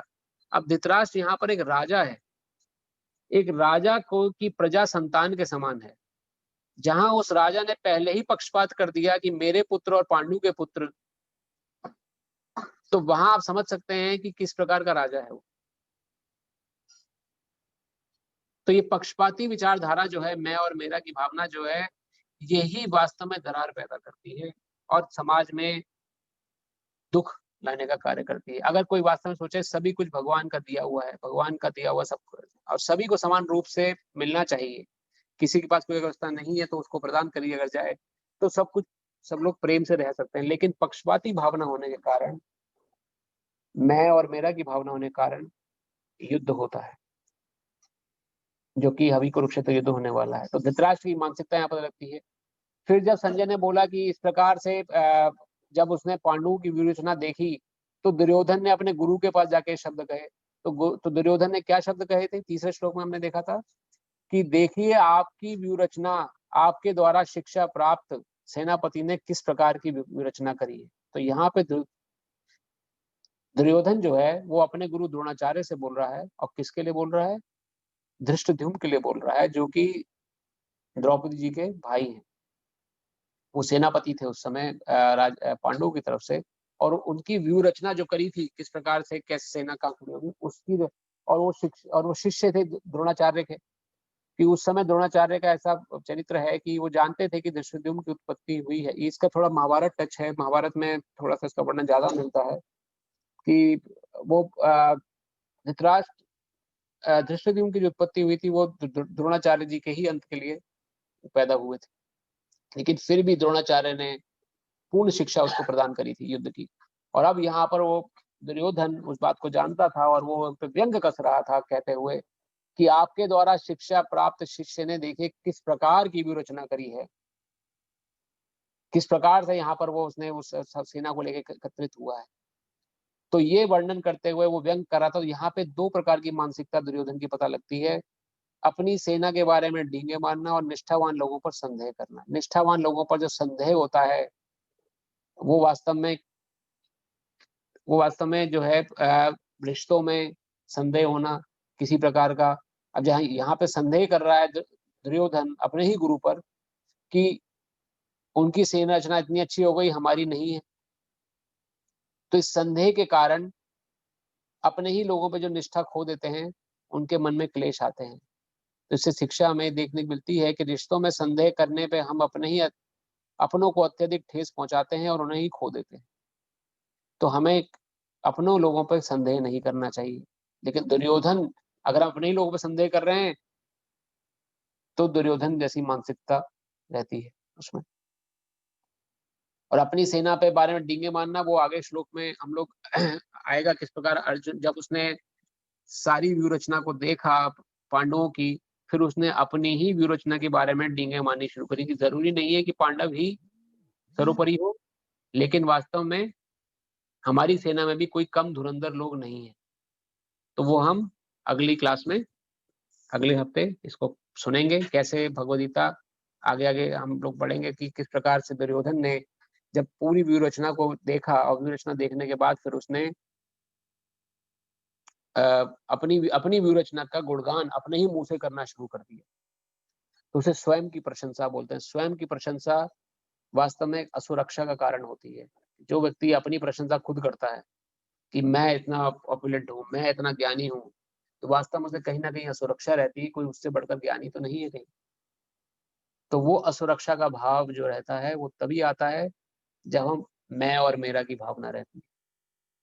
तो इस भावना से हमें बच के रहना है, और हमें अपने जीवन में प्रगति की ओर बढ़ना है। प्रगति किस प्रकार, जैसे भगवद गीता के माध्यम से भगवान ने हमें जीवन जीने को बोला है, उस प्रकार जीने का प्रयास अवश्य करना है, कम से कम इस मनुष्य शरीर में। तो इन्हीं शब्दों के साथ आज का समय हमारा यही समाप्त होता है। आज हम यही कथा को विराम देते हैं। मैं रिकैप कर फटाफट बताता हूँ कि आज हमने क्या क्या इसमें आज हमने सुना समझा, फिर हम प्रश्न उत्तर ले सकते हैं। किसी का कोई प्रश्न हो तो उसके बाद हम प्रश्न उत्तर ले सकते हैं।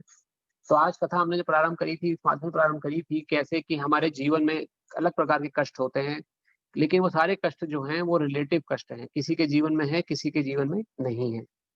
जिसके जीवन में लेकिन वास्तविक जो एब्सोल्यूट कष्ट हैं, जिनको बोला जाता है जो सभी के जीवन में समान रूप से लागू हो रहे हैं, वो वास्तव में कष्ट होते हैं। जो 7 प्रकार के कष्ट बताए हैं, जन्म, मृत्यु, जरा और व्याधि, और 3 प्रकार के अलग कष्ट जो हैं इसके अलावा, आदि दैविक ताप, आदि भौतिक ताप, आदि आध्यात्मिक ताप। आदि दैविक ताप देवताओं या नेचर से मिलने वाले जो दुख कष्ट हैं उन्हें आदि दैविक ताप बोला जाता है।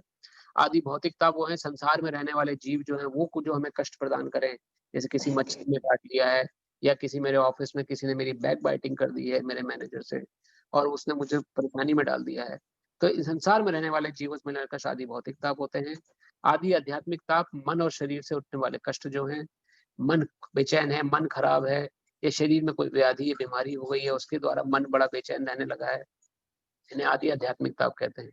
तो इन 7 प्रकार के कष्टों से कोई नहीं बचा है। बचने का तरीका भगवान ने भगवत गीता में बताया है। ये कोई नहीं बचा है उसको हमें टेकन फॉर ग्रांटेड नहीं लेना चाहिए। हमें इंक्वायर करना चाहिए भगवत गीता के माध्यम से कि कैसे हम इनसे बच सकते हैं। वो हम पढ़ेंगे आगे। फिर सैन्य निरीक्षण के बारे में हमने समझा किस प्रकार अब सेना दोनों सेना एकत्रित हो गई हैं आपस में एक दूसरे के सामने, और यहाँ पर धृतराष्ट्र पूछ रहे हैं संजय से कि मामका पांडवश्चैव, मेरे और पांडु के पुत्रों ने क्या किया। तो यहाँ पर धृतराष्ट्र की जो 3 प्रकार की मानसिकता हमें समझ में आती है कि वो संदेहपूर्ण है, क्योंकि वो धर्म की तरफ नहीं है, वो अधर्म की तरफ है। उसके पुत्र ने शुरू से ही अधर्म किया है पांडवों के प्रति, इसलिए उसके मन में संदेह है कि वो जीतेगा कि नहीं जीतेगा।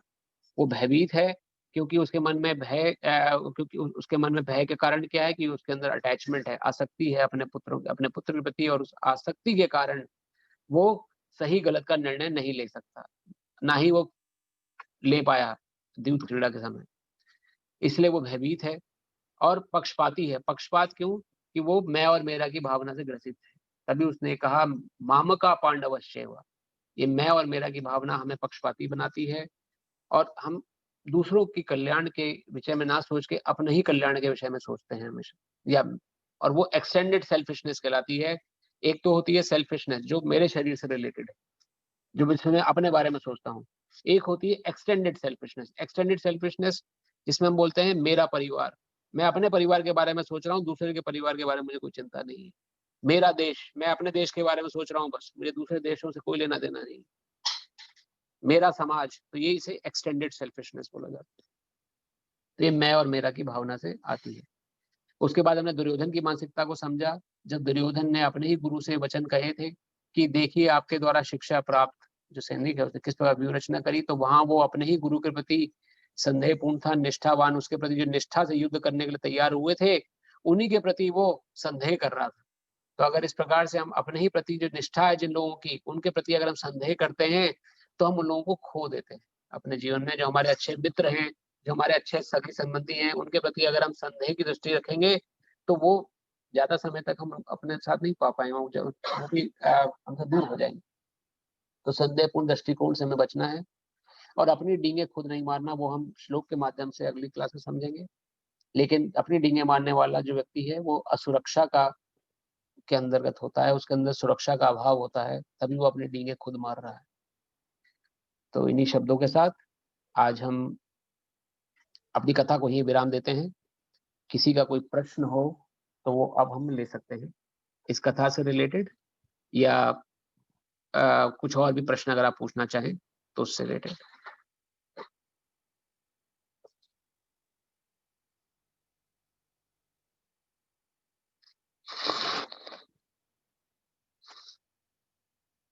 किसी प्रकार का, जैसे हमने पहले भी चर्चा करी है, ये इंटरेक्टिव सेशन है। आपके मन में कोई ऐसे विचार हो सकते हैं जिससे कि आप रिकॉग्नाइज ना करते हैं जो हमने बोला कि आप उसको उससे कॉन्ट्राडिक्ट करते हो, तो हम इसको डिस्कस कर सकते हैं। इंटरेक्टिव सेशन है। इस इंटरेक्टिव सेशन को ये वन वे सेशन भी, इसको हम 2 वे सेशन बनाना चाहते हैं। मतलब किस प्रकार से अगर आपके मन में कोई विचार हो तो बिना शर्माए, बिना झिझके आप इस फोरम में इसको रख सकते हैं। और हम सर, ये भगवत गीता के कॉन्सेप्ट को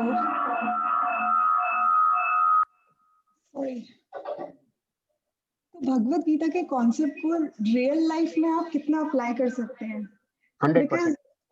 यूएस में जहाँ पूरी society he perception of you पे बेस्ड है रादर देन यू, तो आप कैसे अपनी प्रशंसा नहीं करेंगे? Because that is how you will be, मतलब वैसे ही आप जाने जाते हैं। और दूसरी, रिश्तों पे संदेह की जहाँ तक बात है, कभी जरूरत भी है उन चीज़ों की, क्योंकि आज जिस सोसाइटी में हम रहते हैं मे बी पॉसिबल नहीं है बिना संदेह किए एक रेगुलर लाइफ जीना। तो मतलब कहाँ पे लाइन ड्रॉ करेंगे आप कि ये चीज़ कर सकते हैं और ये चीज़ नहीं कर सकते? जी, बहुत बहुत धन्यवाद। जैसे मैंने कहा 100%, तो मैं उसको बताने का प्रयास करूंगा आपको। लेकिन आपके 2 प्रश्न हैं यहाँ पर। पहला प्रश्न आपने ये किया है कि भगवत गीता को कितना % हम अपनी लाइफ में डाल सकते हैं, तो और दूसरा प्रश्न आपका ये है कि रिश्तों में संदेह की बात, संदेह नहीं करेंगे तो हम जी नहीं सकते। कुछ ना कुछ कहीं किसी लेवल पे हमें संदेह करना जरूरी है। क्या मैंने सही प्रश्न है आपके? अच्छा, तो पहला प्रश्न आपका है भगवत गीता कितना % हम डाल सकते हैं। पहले उसके लिए हमें ये समझना है कि भगवत गीता में बताया क्या गया है। जैसे कि आपने कि भगवत गीता का जो प्रमुख विषय है वो ये वास्तव में इसकी भूमिका युद्ध से हुई है और युद्ध के पीछे भी अपनी एक हिस्ट्री है। लेकिन भगवत गीता को अपने जीवन में उतारने के लिए भगवान ने उसे 100% बोला है कि अगर हम नहीं उतारेंगे तो हमारे जीवन में कष्ट आने स्वाभाविक है। तो भगवत गीता में ये नहीं लिखा है कुछ भी ऐसी इम्प्रैक्टिकल चीज। तो पहले तो ये चीज मन से आप निकाल दें कि कोई इम्प्रैक्टिकल चीज जिसको हम नहीं डाल सकते अपने जीवन में, वो भगवत गीता में हमें मिलेगी। तो भगवत गीता को यथानुरूप समझना यहाँ बहुत आवश्यक है। तो आपके पहले प्रश्न कितना उतार सकते हैं, तो वो मैं कहूँगा 100%। किस प्रकार, जैसे कि अगर हम ये किस प्रकार से हमें कर्म करना है, कर्म के माध्यम से हम किस प्रकार जीवन जिएंगे तो हमें किसी प्रकार की परेशानी का सामना नहीं करना पड़ेगा, वो हम आगे देखेंगे अगर आप हमारे साथ बने रहेंगे भगवत गीता के माध्यम। जैसे कि अर्जुन थे, अर्जुन को इस समय ये समझ नहीं आया कि वो क्या करें। पहले अध्याय में उन्होंने अपना गांडीव नीचे रख दिया, उनको समझ ही नहीं आ रहा था कि वास्तव में वो कैसे अपना आगे का कर्तव्य पूरा करेंगे। लेकिन 11वें अध्याय तक आते आते उन्होंने अपना गांडीव फिर उठा लिया लड़ाई के लिए। तो ऐसा क्या सुना उन्होंने 10 अध्याय में, 11वें अध्याय में, कि उनको फिर से वो तत्पर हो गए लड़ने के लिए। उन्होंने as it is Bhagavad Gita को अपने जीवन में उतारा, और जब उतार के उनको कुछ भी इम्पैक्ट अब अर्जुन, अब आप कहें कि हमें अपने जीवन में ये सब, अर्जुन को मैंने स्टार्टिंग में बोला था, अर्जुन गृहस्थी थे आपकी और हमारी तरह, परिवार था उनका, उनको भी अपनी जॉब करनी थी, उनको भी अपना सामाजिक दायरा बनाना था। उन्होंने भी कहीं पे काट छाट नहीं करी कि मैं इसको मान लेता हूँ इसको नहीं मानता। वो कोई बाबा नहीं थे, कोई साधु संत। हालांकि अर्जुन ने, हम श्लोक में पढ़ेंगे आगे, अर्जुन ने भगवान से बोला है कि मैं युद्ध नहीं लड़ना चाहता हूँ, मैं जंगल में जाके भजन करूंगा, साधु सन्यासी बन के जीवन जीऊंगा। और वहां भगवान ने डांट लगाई है अर्जुन को कि तुम पंडित पूर्ण बातें करते हुए भी मूर्खतापूर्ण आचरण कर रहे हो। तुम सोच रहे हो यहाँ से तुम यहाँ पे तरस खा के सब कुछ छोड़ के मंदिर में वहां चले जाओगे और तुम्हारे जंगल में चले जाओगे, सब छोड़ दोगे, भजन साधन करने लग जाओगे, नौकरी छोड़ दोगे, अपना घर गृहस्थी अपना समाज छोड़ दोगे, तो तुम सुखी रह लोगे। जैसे ही आप अपनी रिस्पॉन्सिबिलिटी से भागोगे, ये जितने लोग यहाँ एकत्रित हुए हैं वो ये नहीं सोचेंगे कि आप उन पे कंपैशन में, आप उनसे तरस खा के यहाँ से जा रहे हो। वो सोच ये कहेंगे कि आप डर के भाग रहे हो। तो सर्वप्रथम भगवत गीता जो हमें सिखाती है वो सिखाती है कि हमें अपनी रिस्पॉन्सिबिलिटी से भागना नहीं। पहला टॉपिक तो यही है, रिस्पॉन्सिबिलिटी का पहले एहसास होना जरूरी है। रिस्पॉन्सिबिलिटी का एहसास हो तो वहां से हमें पता लगेगा कि हमें अब उस रिस्पॉन्सिबिलिटी को फॉलो कैसे करना है, कैसे आगे बढ़ना है। तो कितने हम अपने जीवन में उतार सकते हैं माता जी, पहला प्रश्न आपका ये है। तो 100% हमें उतारना है, कोई काट छाट नहीं, तभी हम जीवन को जी सकते हैं। और ठीक उसी प्रकार जिस प्रकार अर्जुन ने अपने जीवन में उतारा, क्योंकि रिस्पॉन्सिबिलिटी से जुड़े हुए सारे प्रश्न थे अर्जुन के, उसको अपनी जिम्मेदारी का निर्वाह करना था। क्या उसके लिए सही है, क्या वो अपने परिवार वालों पे ही तीर चलाए या वो जंगल में जाके भजन साधन करे और युद्ध को छोड़ दे। तो उस समय भगवान ने उसे बोला है कि तुम्हें अपनी रिस्पॉन्सिबिलिटी को फॉलो करना है। कुछ हद तक प्रश्न का उत्तर मिला माता जी, पहले प्रश्न का? जी, दो मैं कंप्लीटली 100% अभी आपसे अग्री नहीं करती हूँ, क्योंकि इन रियल लाइफ पता नहीं मुझे अभी भी भगवत गीता के कॉन्सेप्ट थोड़े, कुछ चीजें आप अप्लाई कर सकते हो पर कुछ चीजों में मुझे पर्सनली बहुत प्रॉब्लम होती है। तो हाँ, मैं ऑब्वियसली मैं मतलब लाइफ इज टू शॉर्ट, आगे मे बी ना हो, बट ठीक है, I will take your answer. जी, मुझे भी पता नहीं आपने भगवत गीता कितनी पढ़ी है, कितनी और कहाँ से पढ़ी है, गुरु जो कि माध्यम हमने समझा है सही तरीके से। लेकिन जो भी ज्ञान आपको है उस ज्ञान के आधार पर हम प्रयास करेंगे कि उस निष्कर्ष तक पहुंच सके। क्योंकि अभी क्या है, भगवत गीता स्टार्ट ही करी है। भगवत गीता को पढ़े बिना, उसको समझे बिना किसी निष्कर्ष पर पहुंचना बहुत मुश्किल है। मैं अभी आपको सिर्फ यही बता सकता हूँ कि 10 अध्याय से पहले अर्जुन की स्थिति क्या थी। उसने अपना गांडीव नीचे रख दिया था, उसे नहीं समझ में आ रहा था उसे क्या करना है। जैसे ही 10 अध्याय बीते, 11वें अध्याय में उसने गांडीव उठा लिया। ऐसा क्या हुआ उसके साथ वो अभी से मैं डिस्कस कर दूंगा, तो सस्पेंस खुल जाएगा जी। तो सस्पेंस बरकरार रहे उसके लिए आप हमारे साथ बरकरार रहिए और हमारे साथ समझने का प्रयास करिए। फिर आपके मन में प्रश्न रहता है तो हम आगे बढ़ सकते हैं। अब आपका दूसरा प्रश्न था कि संदेह होना बहुत जरूरी है कुछ रिश्तों में। अगर ना संदेह रखेंगे, नहीं संदेह रखेंगे तो हमारे जीवन में परेशानी आ सकती है। संदेह रखना है, पर किसके प्रति रखना है वो आप शायद मिस कर गए। यहाँ पे श्लोक में आया वर्णन, अपने ही निष्ठावान व्यक्तियों के प्रति संदेह रखना। तो सर्वप्रति तो यही ज्ञान होना चाहिए कि कौन मेरे प्रति निष्ठा रखता है। निष्ठा अर्थात जिसका मेरे प्रति वास्तविक लगाव है। जैसे कि मैं अपनी माँ के बारे में सोचता हूँ, अब मैं अपनी माँ के प्रति मेरा पूर्ण निष्ठा है, वो मुझे जो खाने को देगी मैं निष्ठा होकर खा लूंगा, निष्ठावान होकर खा लूंगा। वो चाहे किस समय कैसा भी मुझे खाने को देंगी मेरी माँ, मुझे उस पर बिल्कुल संदेह नहीं होगा कि ये मेरी सेहत के लिए सही होगा कि नहीं होगा। जो मेरी माँ ने दिया है वो मेरे लिए अच्छा ही है, मुझे पूर्ण विश्वास है, क्योंकि मुझे मेरी माँ के प्रति पूर्ण निष्ठा है। उसी प्रकार मुझे मेरे मित्रों के प्रति पूर्ण निष्ठा, ऐसे समुदाय के वर्ग जिन पे मुझे पूर्ण निष्ठा है, उन्हीं के प्रति मैं संदेह करूं। अरे मुझे खाने को दे रही है, पता नहीं इसमें क्या मिला, क्या इस समय दे रही है, मैं खाऊं कि नहीं खाऊं इसे, मैं लूं कि नहीं लूं इसको। ऐसा संदेह करने लग जाऊंगा तो उससे क्या होगा, धीरे धीरे एक दरार आने लगेगी। तो हमें सबसे पहले भगवत गीता के माध्यम से माता जी ये समझना है कि निष्ठावान व्यक्ति कौन है, किन्हें निष्ठावान व्यक्ति कहा गया है। फिर उनके प्रति अगर हम संदेह करने लग जाएंगे तो उसकी यहाँ पे भर्त्सना करी गई है। निष्ठावान व्यक्तियों के प्रति संदेह जो करता है वो उन्हें धीरे धीरे खो देता है। तो आप हमारे साथ बनी रहें, तो इससे आपको निष्ठा, आप तो सबसे पहले हमें पहचानना है कि निष्ठावान व्यक्ति कौन। अगर हम उस हद तक पहुंच गए तो हमें भगवत गीता के माध्यम से पता लगेगा कि वास्तव में किसके प्रति हमें संदेह दृष्टिकोण रखना है, किसी के प्रति नहीं रखना है। जी क्या कुछ तक सवाल का जवाब मिला माता जी? जी, थैंक यू। हरे कृष्णा।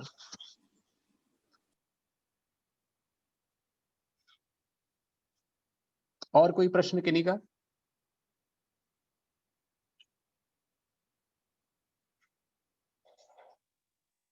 किसी प्रकार के प्रश्न पूछ सकते हैं आप। हमारे पास अभी 15 मिनट हैं। इस 15 मिनट के सेशन में आप जो भी आपके मन के विचार हो, भगवत गीता को आपने किस दृष्टिकोण से अभी तक देखा है, उस दृष्टिकोण से संबंधित कोई भी प्रश्न हो आपके, या इस सेशन से आपकी जो अपेक्षाएं हैं, जो सेशन हो रहा है इस समय भगवत गीता का, इससे कोई आपकी अपेक्षाएं हैं, क्या आप चाहते हैं कि ये सेशन आपको प्रदान करे, तो वो आप डिस्कस कर सकते हैं। जैसा कि हमने कहा कि ये इंटरेक्टिव सेशन है, किसी प्रकार का भी इसमें ऐसा नहीं कि मेरे विचार मैं ही बोले जा रहा हूँ।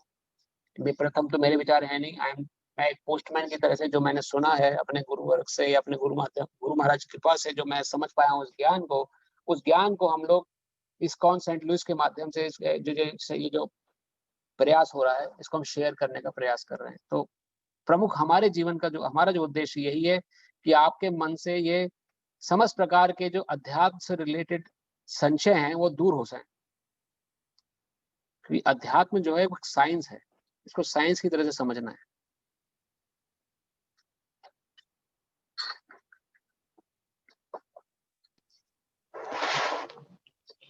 प्रभु जी, मेरा एक प्रश्न है। जी प्रभु। आपने ये बताया था कि चार तरह के विषय जो है हम डिस्कस करेंगे। 5 प्रभु। 5 सॉरी सर। तो एक तो आपने बताया युद्ध की भूमिका, बाकी 4 कौन कौन से विषय आप डिस्कस करेंगे, थोड़ा सा? अच्छा, आप चैप्टर 1 की बात कर रहे हैं? हाँ। अच्छा, मैंने सोचा कि भगवत गीता टोटल की बात कर रहे हैं, तो मैं दोबारा से शेयर करता हूँ प्रभु जी।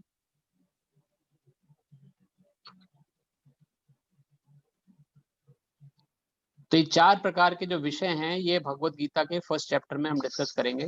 पहला है युद्ध की भूमिका, जो पहले श्लोक से लेकर 11वें श्लोक तक हम समझेंगे कैसे क्या युद्ध की भूमिका बनी, क्या युद्ध हुआ, कौन कौन लड़े इसमें आके। 12वें श्लोक से लेके 20वें श्लोक तक का जो विषय है वो है सर्व मंगल मूर्ति भगवान श्री कृष्ण। उसमें थोड़ा सा भगवान श्री कृष्ण के बारे में वर्णित है, कैसे भगवान श्री कृष्ण जहाँ उपस्थित होते हैं वहां पे विजय स्वाभाविक है, निश्चित है, क्योंकि वो सर्व मंगल रूपी भगवान है। तीसरा जो विषय है 21वें श्लोक से लेकर 27वें श्लोक तक का, भक्त वत्सल भगवान किस प्रकार अपने भक्तों के वश में होते हैं, ये तीसरा विषय है। इसकी छोटी सी चर्चा हमने पिछले क्लासेस में भी करी है। भगवान अपने भक्तों के हाथों बिक जाते हैं, अर्थात अगर आप समझें भगवान कृष्ण की कोई लीला आप समझें, आपने सुनी हो अपने जीवन में या नहीं, तो मैं आपको थोड़ा बताता हूँ। भगवान ने यहाँ पर एक ड्राइवर की भूमिका निभा रहे हैं, एक चैरियट ड्राइवर, एक सारथी जिसे कहते हैं इस युद्ध में। अनंत कोटि ब्रह्मांड के नायक जो हैं, तीनों लोगों के स्वामी जो हैं, वो यहाँ एक ड्राइवर बन रहे हैं। कोई कल्पना करता है, कोई अपने बच्चे से पूछता है कि भाई तुम बड़े होकर क्या बनोगे, तो कोई ये नहीं सोचता कि बच्चा ये कहेगा कि मैं बड़े होकर ड्राइवर बनूंगा। ड्राइवर मतलब एक रिस्पेक्टेड पोस्ट नहीं समझी जाती है। मजबूरी में कुछ लोगों को करना पड़ता है, लेकिन रिस्पेक्टेड कोई उसके लिए प्रयास नहीं करता है, कोई एमबीए नहीं पढ़ाई कर रहा उसके लिए। लेकिन भगवान ने वो भूमिका निभाई और अर्जुन ने कहा, अर्जुन के नियमों, अर्जुन ने जो कहा उसको फॉलो किया उन्होंने। क्यों कर रहे हैं फॉलो? वो कोई बातें थोड़ी है। अगर वो भगवान है तो क्यों सुन रहे हैं अर्जुन की? क्यों अर्जुन जब उनको कहता है कि मेरे रथ को दोनों रथों के बीच में ले जाओ, तो भगवान हाँक के रथ को ले जा रहे हैं? वो क्यों सुन रहे हैं? क्योंकि भगवान ये कहते हैं, हे अर्जुन तुम मेरे भक्त और मित्र हो, इसलिए मैं तुम्हें ज्ञान प्रदान कर रहा हूँ और मैं तुम्हारी। तो जो भगवान का भक्त और मित्र बनता है, वास्तव में भगवान उसके लिए सभी कुछ करने के लिए तत्पर हो जाते हैं। ऐसी अनेक लीलाएं हैं उनके जीवन में। भगवान कृष्ण की लीलाएं हम जिक्र करेंगे साथ साथ भगवद गीता के माध्यम से, लेकिन कुरुक्षेत्र के युद्ध भूमि के अनुसार अगर देखें तो ये बहुत बड़ा परिचय मिलता है कि एक सारथी बनना उन्होंने स्वीकार किया अपने भक्त के लिए। और चौथा विषय जो हम डिस्कस करेंगे अध्याय 1 में, वो है जीवन के कष्ट, 28वें से लेकर 46 श्लोक तक, जिस कष्ट के अंतर्गत आके अर्जुन ने अपना गांडीव नीचे रख दिया था। वो कष्ट हम सभी के जीवन में आ सकते हैं। उनमें 7 प्रकार के कष्ट हमने आज सुने, वो हैं ही। उन कष्टों का क्या प्रभाव पड़ता है हमारे जीवन में। जब अकस्मात किसी को ऐसा पता लगे कि उसकी मृत्यु निकट है, या उसको कोई ऐसा बड़ा असाध्य रोग हो गया है, तो उस कष्टों उसका सुनते ही, समझ में आते ही दिमाग में एकदम हलचल हो जाती है। सबको जो प्लानिंग कर रखी होती है, वो प्लानिंग सब चकनाचूर हो जाती है। वैसी ही एकदम स्थिति अर्जुन की थी। उस स्थिति में से इतना वो हतप्रभ हो गया था कि उसके हाथ पैर कांपने लगे थे। वो हम अगले श्लोक पढ़ेंगे 28 से 46 श्लोक में। और उसने फिर अपना गांडीव नीचे रख दिया था। और ऐसी भयानक स्थिति से जो किसी की कभी भी हो सकती है, 11वें अध्याय तक आते आते बिल्कुल बाहर निकलाया अर्जुन वहां से, और उसने फिर से लड़ाई लड़ने के लिए अपना गांडीव उठा लिया। तो हमें वो प्रोसेस सीखना है अर्जुन के माध्यम से, क्योंकि ऐसी भयावह स्थिति जो है कभी किसी की कभी भी हो सकती है, किसी भी परिस्थिति में। छोटा मोटा एक्सपीरियंस सभी का है, आपका भी होगा, मेरा भी है।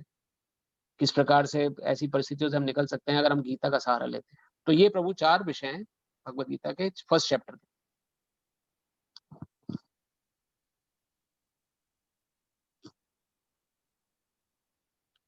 थैंक यू हरे कृष्णा प्रभु जी। हरे कृष्णा प्रभु। प्रभु जी, सबसे पहले तो बहुत बहुत धन्यवाद कि आपके कहने पे मैंने ये सुनना शुरू किया। बड़ी अजीब बात है मेरे जीवन की कि मैंने बहुत लोगों को बोला कि गीता पढ़िए, लेकिन दुर्भाग्य मेरा यही है कि मैंने खुद नहीं पढ़ा। तो ये अच्छा मौका है मेरे लिए, आपके माध्यम से जानने को मिलेगा और काफी विस्तार से जानने को मिल रहा है, इसके लिए धन्यवाद। और दूसरी चीज की मेरी अपेक्षा क्या है इसको सुनने से, मुझे क्या प्राप्त करना है ये सुनने के बाद।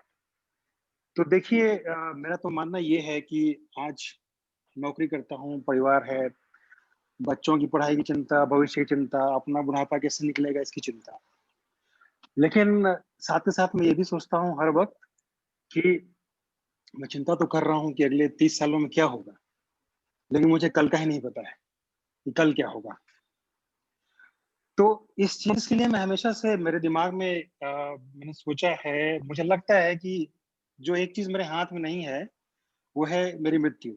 कभी भी हो सकती है। लगता है कि बहुत साल जीऊंगा, लेकिन पता नहीं है कि जीऊंगा।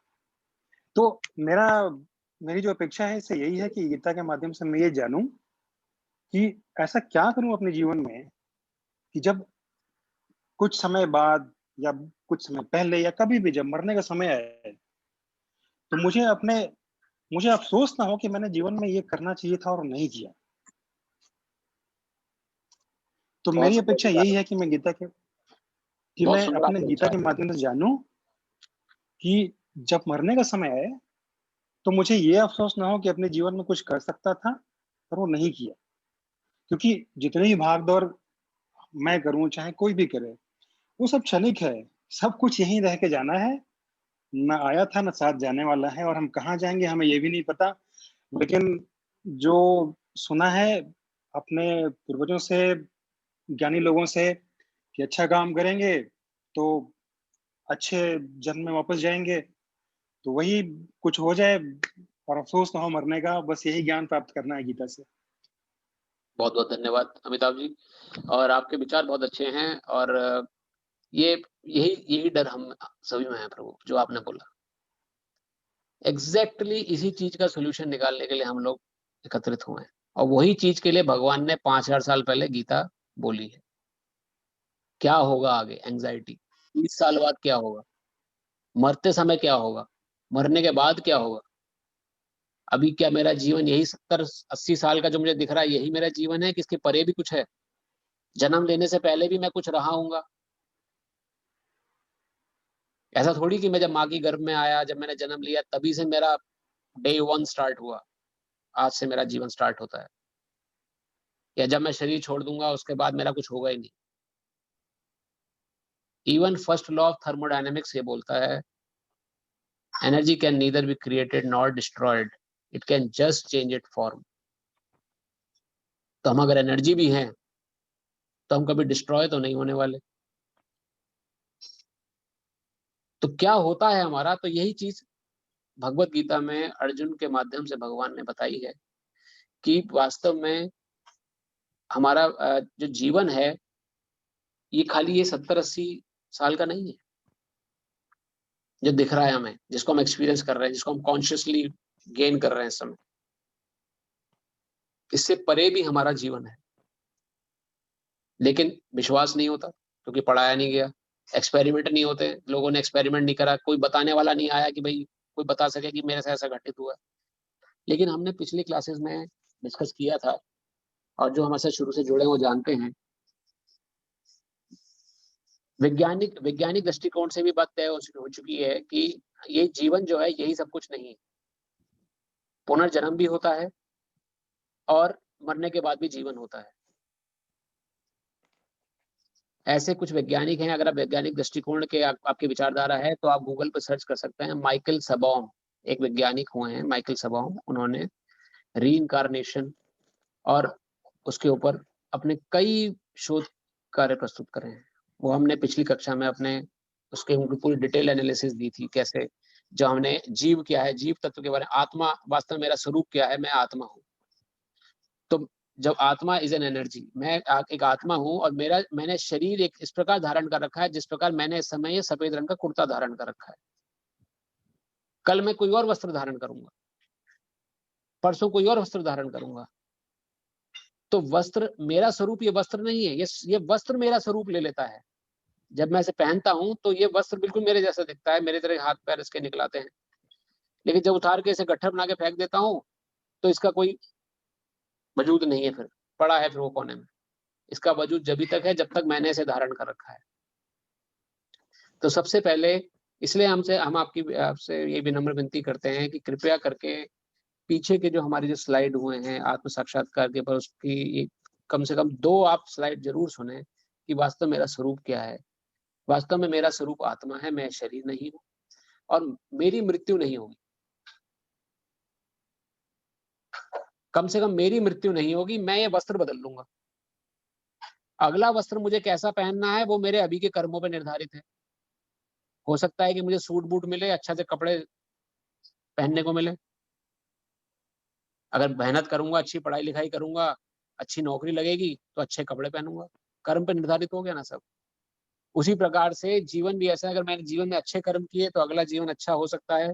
और ऐसे वैज्ञानिक दृष्टिकोण से भी ये प्रूव हो चुका है। माइकल सबॉम आप नाम लिख सकते हैं, वैज्ञानिक का नाम है। इन्होंने कई ऐसे रीइंकार्नेशन पे शोध कार्य प्रस्तुत करे हैं अपने, जिसमें उन्होंने बताया है कि मनुष्य का पुनर्जन्म होता है। एक हुए doctor ion Stevenson. Doctor ion Stevenson ने नियर डेथ एक्सपीरियंसेस के ऊपर अपने बहुत सारे शोध कार्य किए हैं, जिसमें बताते हैं किस प्रकार नियर डेथ एक्सपीरियंस लोगों को होते हैं। कई बार जब शरीर छूटने वाला होता है तो शरीर छूटते समय आत्मा जो है, जो शरीर का जो एहसास है, कॉन्शियसनेस है, वो शरीर के बाहर आ जाती है।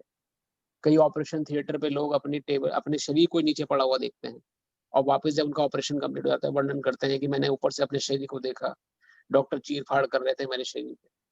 डॉक्टर आयन स्टीवेंसन ने ऐसे शोध कार्य प्रस्तुत करे हैं अपने, और उनका आप वर्णन कर सकते हैं। तो वैज्ञानिक दृष्टिकोण से भी ये बात तय हो चुकी है कि वास्तव में मेरा जो स्वरूप है वो शरीर नहीं है।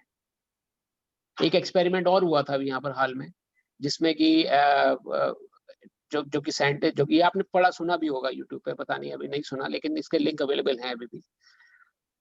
आपके ब्रेन के किसी एक पॉइंट को अगर सेंसिटाइज कर दिया जाए तो आपका हाथ ऐसे उठ जाता है। तो ऐसा ही एक्सपेरिमेंट उन्होंने सबके सामने, पब्लिक सामने किया। ये आपके ब्रेन के किसी एक पॉइंट को उन्होंने बाहर से एनर्जी दी, जैसे कि इस पॉइंट को उन्होंने कहीं बाहर से इसको ट्रिगर किया एनर्जी सोर्स को, तो जिस व्यक्ति को ट्रिगर कर रहे थे उस व्यक्ति का हाथ अपने आप उठ गया ऐसे। उस व्यक्ति ने बोला कि मैं इस अपने हाथ को उठाना नहीं चाह रहा हूं, लेकिन मेरा ब्रेन सेंसेशन भेज रहा है कि मैं इसे उठाऊं ऊपर। समझ रहे हैं आप? तो जब ये एक्सटर्नल ट्रिगर नहीं होता है तो कौन मेरे अंदर बैठा है जो मुझे को ट्रिगर करता है कि मुझे अपना हाथ ऊपर उठाना है? उस व्यक्ति का प्रश्न था आखिरी में अपने सेशन के। कोई ना कोई ऐसी शक्ति है जो हमारे अंदर विचार लेके आ रही है। मैं आपसे बोल रहा हूं, आप सुन रहे हैं, आप समझ भी रहे हैं, आपका दिमाग सही काम कर रहा है। खाना मुंह में डालते हैं, अपने आप खाना अंदर जाता है, पच जाता है, ब्लड बन जाता है या वेस्ट मटेरियल बन जाता है। लीवर, किडनी, हार्ट, सारी कोशिकाएं, white blood cells, red blood cells अपनी एकदम तरीके से सब लोग काम कर रहे हैं। कौन काम करा रहा है? क्या हम काम करा रहे हैं? क्या आपको लगता है कि आप रोज इंजेक्शन लगाते हैं अपने शरीर में जिससे कि सारी चीजें काम करें ठीक से? बीमारी की स्थिति अलग है, लेकिन नॉर्मल इंसान की स्थिति हम बात करें, अगर आइडियाज आना, थॉट्स आना, उस थॉट पे एक्ट करना, ये चीजें कुछ ऐसी जो कि हमसे परे हैं और ये हो रही है हमारे साथ, हम सभी से रोज हो रही हैं, लेकिन हम लोग उसको मिस कर रहे हैं कि somebody is driving that। और वो somebody क्या बताया जाती है, भगवत में बताया है दूसरे अध्याय में, गीता का सार है दूसरा अध्याय, जिसमें हम समझेंगे, जो कि पूरा आत्म साक्षात के ऊपर है। दूसरे चैप्टर तक जब हम पहुंचेंगे then we will revise this everything. Second chapter Bhagavad Gita का पूरा रिवीजन है अभी तक का, जिसमें बताया गया है कि मैं कौन हूं, मेरा वास्तविक स्वरूप क्या है, मुझे और मेरा अंत नहीं है। इस ज्ञान को अगर आप अपने जीवन में आत्मसात कर लेंगे वैज्ञानिक स्तर पे, ये नहीं कि मैंने बोला आपने सुन लिया समझ लिया फिर आप भूल गए फिर आप उसमें लग गए, नहीं। वैज्ञानिक स्तर पे मींस एक्सपेरिमेंटली, एक्सपेरिमेंट करके आप जब समझेंगे, आप अपनी आंखों से देखेंगे इस चीज को होते हुए अपनी आंखों के, तो लंबे समय तक वो दिमाग में रहेगी आपकी बात। तो आपका जो प्रश्न है कि या आपकी जो अपेक्षाएं हैं, उसी अपेक्षाओं के साथ हम लोग इस सेशन को हमने स्टार्ट किया है कि वास्तविक स्वरूप का ज्ञान आपको हो सके, कि वास्तव में आपका स्वरूप क्या है। और गुरु महाराज कृपा से या वैष्णव आचार्यों की कृपा से हम पूरा प्रयास करेंगे कि उस ज्ञान को यथानुरूप आपको बता सकें, जो ज्ञान हमने समझा है, अपने जीवन में डाला है। इस ज्ञान को मिलने के बाद हो सकता है कि आपके जीवन से कष्ट खत्म हो सके या किसी प्रकार की दुविधा खत्म, क्योंकि आपको अपना ओरिजिनल स्वरूप पता लग जाएगा। ओरिजिनल ज्ञान जब पता लग गया कि वास्तव में मैं दुखी किस लिए हूं, दुख का कारण कुछ नहीं है, ठीक है। तो थोड़ा सा इसमें आप इसलिए हमारे साथ बने रहें आप भगवत गीता में, क्योंकि भगवत गीता एक साइंस है, इसको एक दिन में हम नहीं समझ सकते। जिस तरह से हाइड्रोजन और ऑक्सीजन एक दिन में वाटर नहीं बन सकता, उसको समझने के लिए हमें टाइम देना पड़ेगा। लेकिन हाइड्रोजन और ऑक्सीजन वाटर बनता है विदेश में भी, इंडिया में भी, यूरोप में भी, कहीं भी ले जाएं हाइड्रोजन और ऑक्सीजन मिलाएंगे तो पानी बनेगा ही बनेगा। उसी प्रकार ये आध्यात्मिक ज्ञान कहीं भी लें आप, चाहे भारत में है, चाहे पेरिस में है, चाहे हांगकांग में है, चाहे यूएस में है, चाहे अमेरिका, चाहे रशिया में है, कहीं भी आप बैठ के इसको सुन रहे हैं समय, इसका असर पड़ेगा ही पड़ेगा अगर आपने नियमित रूप से लिया है। तो नियम इसमें बहुत जरूरी है प्रभु जी, इसका रेगुलरिटी बहुत जरूरी है।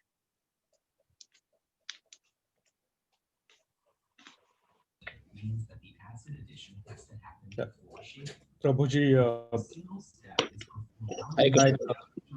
एक हरे प्रभु, मेरा एक सवाल है जी कि जैसे हम भगवत गीता अभी सुन रहे हैं या फिर जो भी आध्यात्मिक ज्ञान हम जब भी सुनते हैं, जब तक हम सुनते रहते हैं तब तक ये अच्छा लगता है, और जैसा जैसे भी हम इससे बाहर आ जाते हैं या फिर ये अगर सेशन बंद हो जाएगा, तो इसका जो ज्ञान है भगवत गीता का, आपने जो आप जो ज्ञान दे रहे हैं हमें, तो इसमें जो भी भगवत गीता का सार है, ये एक्चुअली हम इम्प्लीमेंट करने के लिए अगर ट्राई करेंगे तो वो इम्प्लीमेंट नहीं कर सकते। जैसा कि अभी इसमें एक एग्जांपल के लिए भगवत गीता के बहुत सारे कोट्स रहते हैं या फिर सार रहता है कि कर्म कर, फल की इच्छा मत कर, या फिर जो हुआ वह अच्छा हुआ, जो हो रहा है। लेकिन ये सब जो है, ये हमारा मन मानने के लिए तैयार नहीं रहता है, या फिर हम इसके बाहर निकल के जब कभी भी हम ऐसे सिचुएशन में आ जाते हैं कि ये जो ज्ञान है, ज्ञान का एक्चुअल इम्प्लीमेंटेशन जब करना होता है, तब हम उसके लिए रेडी नहीं रहते हैं या फिर हम नहीं कर सकते।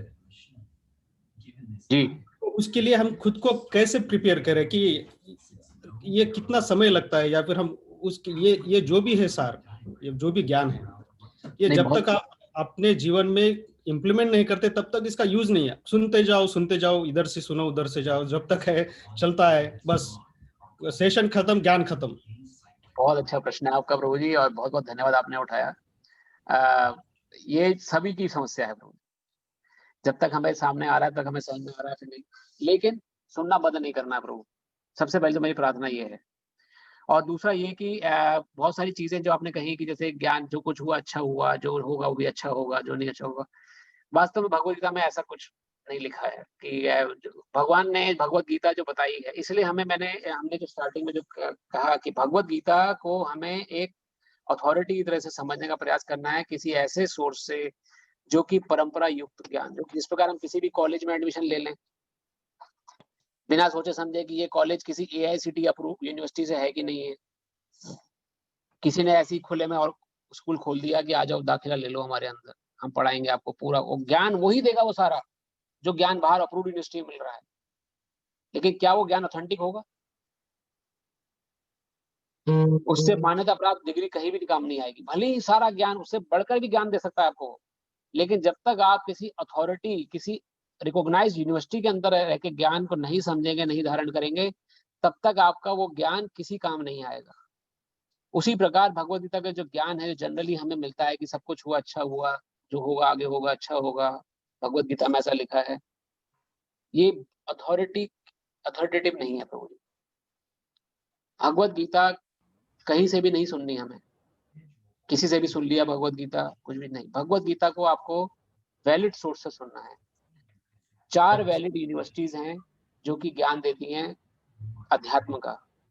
ब्रह्मादि माधव गौड़ीय संप्रदाय, श्री संप्रदाय, रुद्र संप्रदाय और 4 कुमार संप्रदाय। ये हम पिछली अपनी कक्षाओं में आप YouTube पर ले सकते हैं, वरना हम आपको अभी लिंक अपने व्हाट्सएप चैनल पर दे देंगे। इनमें हमने उन यूनिवर्सिटीज के अंतर्गत जो भी आध्यात्मिक ज्ञान, आध्यात्मिक पुस्तकें, आध्यात्मिक वितरण हो रहा है, उस पे जोर दिया है कि उसके अंतर्गत रहकर ज्ञान लें, या अभी नहीं तो जीवन में जब भी आप अध्यात्म के प्रति जागरूक हो तो कृपया इन 4 यूनिवर्सिटीज का जरूर ध्यान रखें जिसके अंतर्गत आपको ज्ञान लेना है, और कहीं से भी ज्ञान नहीं लेना। क्योंकि हिंदू समाज, या जिसको हम सो कॉल्ड हिंदू बोलते हैं, वास्तव में हिंदू कोई वो नहीं है, हिंदू या मुसलमान कोई ऐसा कुछ नहीं है, या सिख या ईसाई। वास्तव में भगवत गीता में एक भी शब्द ऐसा नहीं लिखा अर्जुन को भगवान ने कहा, हे अर्जुन तू हिंदू है इसलिए मैं तुझे ज्ञान दे रहा हूँ।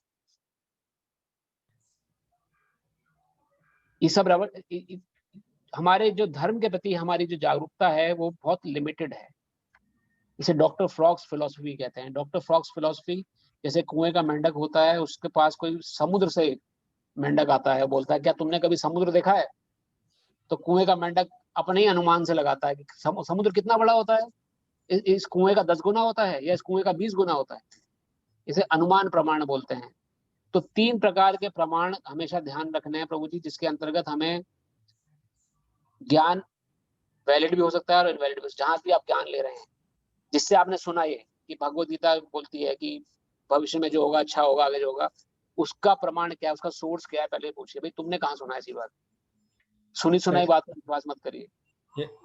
ये तो सही है प्रभु जी, मैंने जस्ट वो एग्जांपल के तौर पे दिया था, लेकिन मेरा जो मूल प्रश्न है ये मैं कि उस पर आ रहा हूँ, मैं उस पर आ रहा हूँ।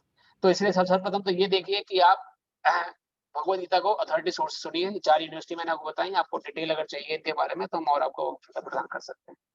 और इस्कॉन जो है वो ब्रह्मादि माधव गौड़ी संप्रदाय यूनिवर्सिटी के अंदर आता है। इस्कॉन का जो भी ज्ञान मिलता है वो इस यूनिवर्सिटी के अंतर्गत मिलता है, उसी के माध्यम से हम ज्ञान आपको दे रहे हैं, यह प्रयास कर रहे हैं।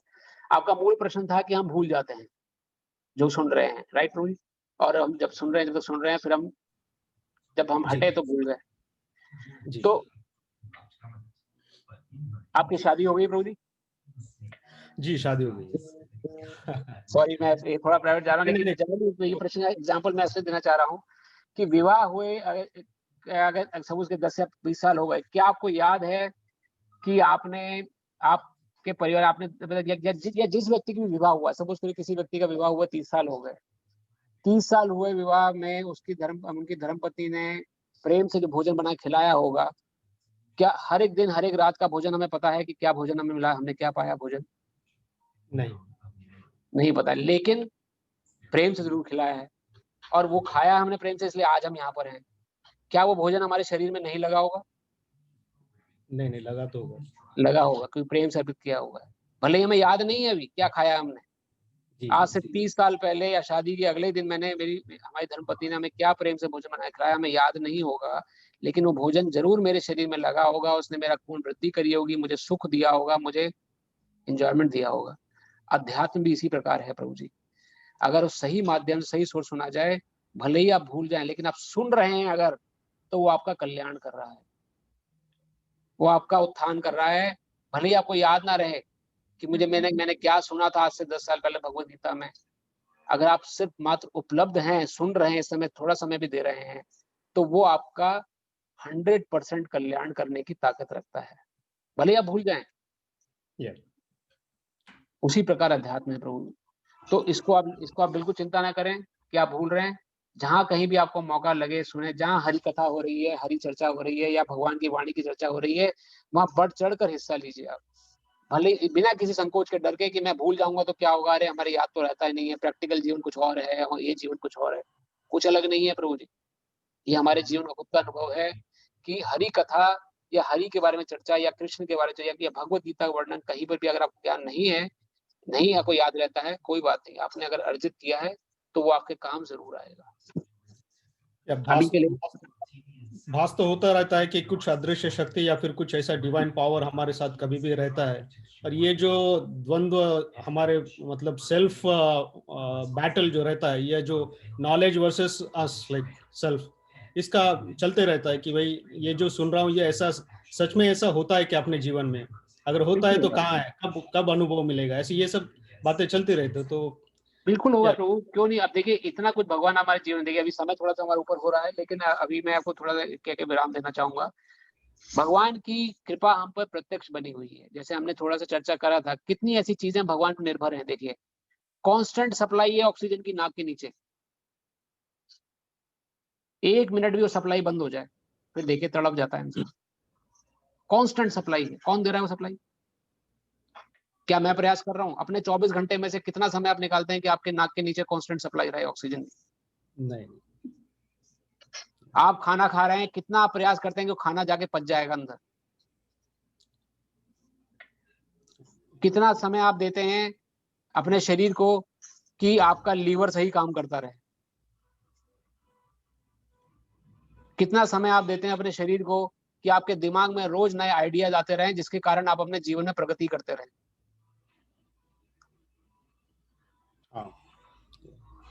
कैसे इतने एग्जाम्पल दुनिया में एग्जाम्पल भरे हुए। तो ये सब हमें मिल रहा है फॉर ग्रांटेड, हमने ले लिया हमारे जीवन में, हमने इसको ले लिया, बस हमें मिल गया तो हम ले रहे हैं, भोग रहे हैं। सही। क्या हमने कभी पलट के उस प्रभु को, उस परमेश्वर को धन्यवाद दिया इस बात का कि भगवान आपकी कृपा से मैं कर पा रहा हूँ, आपने मुझे जीवन दिया है? उल्टा हम रिवोल्ट करते हैं भगवान से, भगवान हमारे को बांध देता है, भगवान हमें। भगवान की वाणी जो है भगवत गीता, ये हमारे जीवन में एक नए विचारधारा को खोलती है, नए विचारों को समावेश करती है, जिसके कारण हम अपने जीवन में आज अगर हम 10% प्रवृत्ति कर पा रहे हैं तो आगे हम 90% प्रवृत्ति कर सकें। क्योंकि ये मनुष्य शरीर में जो हम आए हैं, आप और हम, उसी लिए ज्ञान मिला है। ये ज्ञान कुत्ते बिल्लियों को धारण करने के लिए नहीं मिला है, वो लोग ले ही नहीं सकते, इतने मजबूर हैं वो लोग। जो निम्न योनि है वो भले ही सांस जीवन जी रही है, लेकिन वो इस ज्ञान को नहीं धारण कर सकते। इस ज्ञान को धारण करने का अधिकार हम लोगों को, हम मनुष्यों को प्राप्त है, इसलिए इसको हमें मिस नहीं करना है। अभी तक जो मिस हो गया, लेकिन अब जो ज्ञान हमें मिल रहा है, इसको हमें यथानुरूप पूर्ण एनर्जी के साथ, एंथुसियाज्म के साथ इसको एनर्जी लेनी है, ताकि इसका हम पूर्ण उपयोग कर सकें। कि हमें उस परम पिता को धन्यवाद देना है, उनके ज्ञान को मान के। जैसे कोई हमें कोई शिक्षा दे, हम धन्यवाद देते हैं उसको कि आपने ज्ञान हमें काम आया। वो हमें कॉन्स्टेंटली हमारी सेवा कर रहे हैं परम पिता। ये सब चीजें देखे तभी हम जीवन जी पा रहे हैं, वरना हमारा जीवन जीना ही मुश्किल हो जाए। प्रभु जी जी धन्यवाद प्रभु जी। हरे कृष्ण। और आज उस भगवान की जैसे कृपा ही है कि हम आज ये सुन पा रहे हैं या भगवान की भक्ति का नाम ले पा रहे हैं, वरना लोगों का जीवन निकल जाता है और वो भगवान का नाम नहीं ले पाते। तो प्रदीप प्रभु जी, कुछ तो आपने अच्छा सुना है या हम लोगों ने जिसके कारण ही हम भगवान की भक्ति सुन पा रहे हैं या एटलीस्ट हमारा ध्यान लगा पा रहे हैं, वरना लोगों का जीवन निकल जाता है और वो भगवान की भक्ति नहीं कर पाते। जी सही। बिल्कुल प्रभु, वही अमिताभ जी ने बात कही देखिए कि जीवन के अंत में हमें कम से कम पछतावा नहीं होगा कि ज्ञान भगवान ने दिया, वो हम बिना पढ़े ही चले गए संसार से। तो हमारे गुरु महाराज जी भजन बहुत सुंदर गाते हैं, उससे कह के मैं अंत करूंगा। आए थे हरि भजन को, मीठे लागे दाम, दुविधा में दोनों गए, माया मिली न राम। तो संसार को बनाने में बने रहेंगे प्रभु जी तो कुछ नहीं मिल पाएगा, लेकिन दुविधा में नहीं रहना है। हमें ज्ञान अर्जित करना है, भगवान संबंधित ज्ञान, और उसको साइंटिफिक रूप से धारण करना है। आध्यात्मिक ऐसे नहीं, ऑर्थोडिज्म नहीं है प्रभु जी, किसी तरह का ऑर्थोडिज्म नहीं है, कोई पुरातन पंथी नहीं है, कोई बुढ़ापे का विषय नहीं है। ये अभी इसी समय का विषय है जिसको हमें यथानुरूप ग्रहण करना है।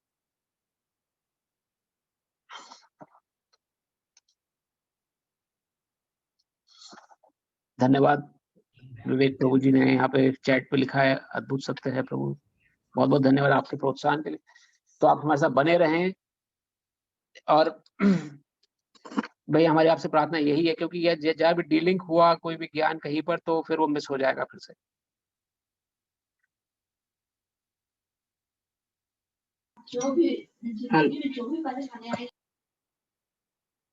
हरे कृष्णा पटेल प्रभु, कुछ कहना चाहते हैं आप, कि आप कथा को विराम दें ये बड़ी? हरे कृष्ण प्रभु। हरे अच्छा, कृष्ण। एक माने सब प्रैक्टिकल चीजें सवाल है रिलेटेड जी। जैसे कि अगर आप ऐसे कोई सिचुएशन में आगे फंस गए, जैसे आप कहीं गए, आपको ऐसा खाना पड़ रहा है जो सात्विक खाना नहीं है, आप सात्विक खाने वाले हैं, लेकिन आप नहीं खाएंगे तो आप हो सकता है वहां पे इन्फेंट मतलब बेहोश हो जाए, आप मर भी सकते हैं। तो वहां पे जो अवेलेबल आपको वही खाना पड़ेगा, तो वो एक धर्म संकट की स्थिति है। ऐसा कई सारी चीजें हैं जो शास्त्र नहीं कहते कि हमें करना चाहिए, लेकिन आप अपने सर्वाइवल के लिए कर रहे हैं या अपने आने वाली पीढ़ी किसी चीज के लिए कर रहे हैं, और मजबूरी है, मतलब ऑप्शन ही नहीं है वहां पे और कुछ। तो क्या करना चाहिए वहां पे आपका, मतलब अपना भगवत गीता या शास्त्र क्या कहते हैं? देखिए, शास्त्रों की वाणी जो है वो यही है कि धर्म का साथ कभी ना छोड़ें आप। लेकिन जहाँ सबसे बड़ा धर्म फिर वहां समझना हमारा क्या है। अगर जीवित है तो हमारा रहना है, जीवित रहने के लिए आपने सिचुएशन जो दी है, सिचुएशन है जहाँ कहीं भी सात्विक भोजन है ही नहीं, तो इसके लिए बड़ी परिस्थिति ऐसी है कि हमें कभी भी भगवान की शरण नहीं छोड़नी। सबसे पहले तो ये है, भगवान की वाणी सुनने का अर्थ है भगवान की शरण में रहना। वरना आप क्यों भगवान की वाणी सुनेंगे? भगवान की वाणी आप सुन रहे हैं क्योंकि आप भगवान की शरण में जाना चाहते हैं या ऑलरेडी हैं, या इसलिए आप उनकी बातों को मानना स्वीकार करना प्रारंभ कर रहे हैं। तो भगवान की शरण में रहने का अर्थ यह है कि कभी भी भक्तों में भगवान कष्ट नहीं आने देते। कई ऐसे एग्जाम्पल हैं, जो स्थिति आपने बताई वो स्थिति पहली बात तो ऐसी होगी नहीं, ऐसे कई एग्जाम्पल हैं, उनके बेसिस पर मैं आपको बता पा रहा हूँ, हमारे जीवन का अनुभव भी है। द्रौपदी जी का ऐसा सिचुएशन था कि उनको घसीट के उस सभा में लेके आया गया था। वो स्थिति ऐसी थी उनकी कि उनको किसी प्रकार भी नहीं सूझा था कि वो क्या करें, कैसे अपने को बचाएं। सबसे पहले उन्होंने वहां बैठे सब बड़े बुजुर्गों को बुलाया कि आपके सामने ये हो रहा है, मुझे बचा लीजिए। चीर हरण कर रहा था दुशासन उनकी साड़ी का। खाने का आपने एग्जाम्पल दिया था, लेकिन मैं एक ऐसी स्थिति का वर्णन कर रहा हूँ जहाँ पे जीवन मरण की बात है बिल्कुल। सबके मुंह नीचे झुके हुए थे। फिर उसने सोचा कि मेरे पति मुझे बचा लेंगे, तो पतियों को बुलाया। पति ने भी हाथ ऊपर कर लिए, नहीं बचा सकते क्योंकि सब सेवक बन चुके थे। फिर उन्होंने सोचा कि अब मैं खुद ही बचा लेती हूँ, तो अपनी साड़ी को अपने दांतों से बीच लिया उन्होंने, खुद ही अपनी रक्षा करने लगे। एक झटका मारा दुशासन ने जोर से, साड़ी छूट गई दांतों से।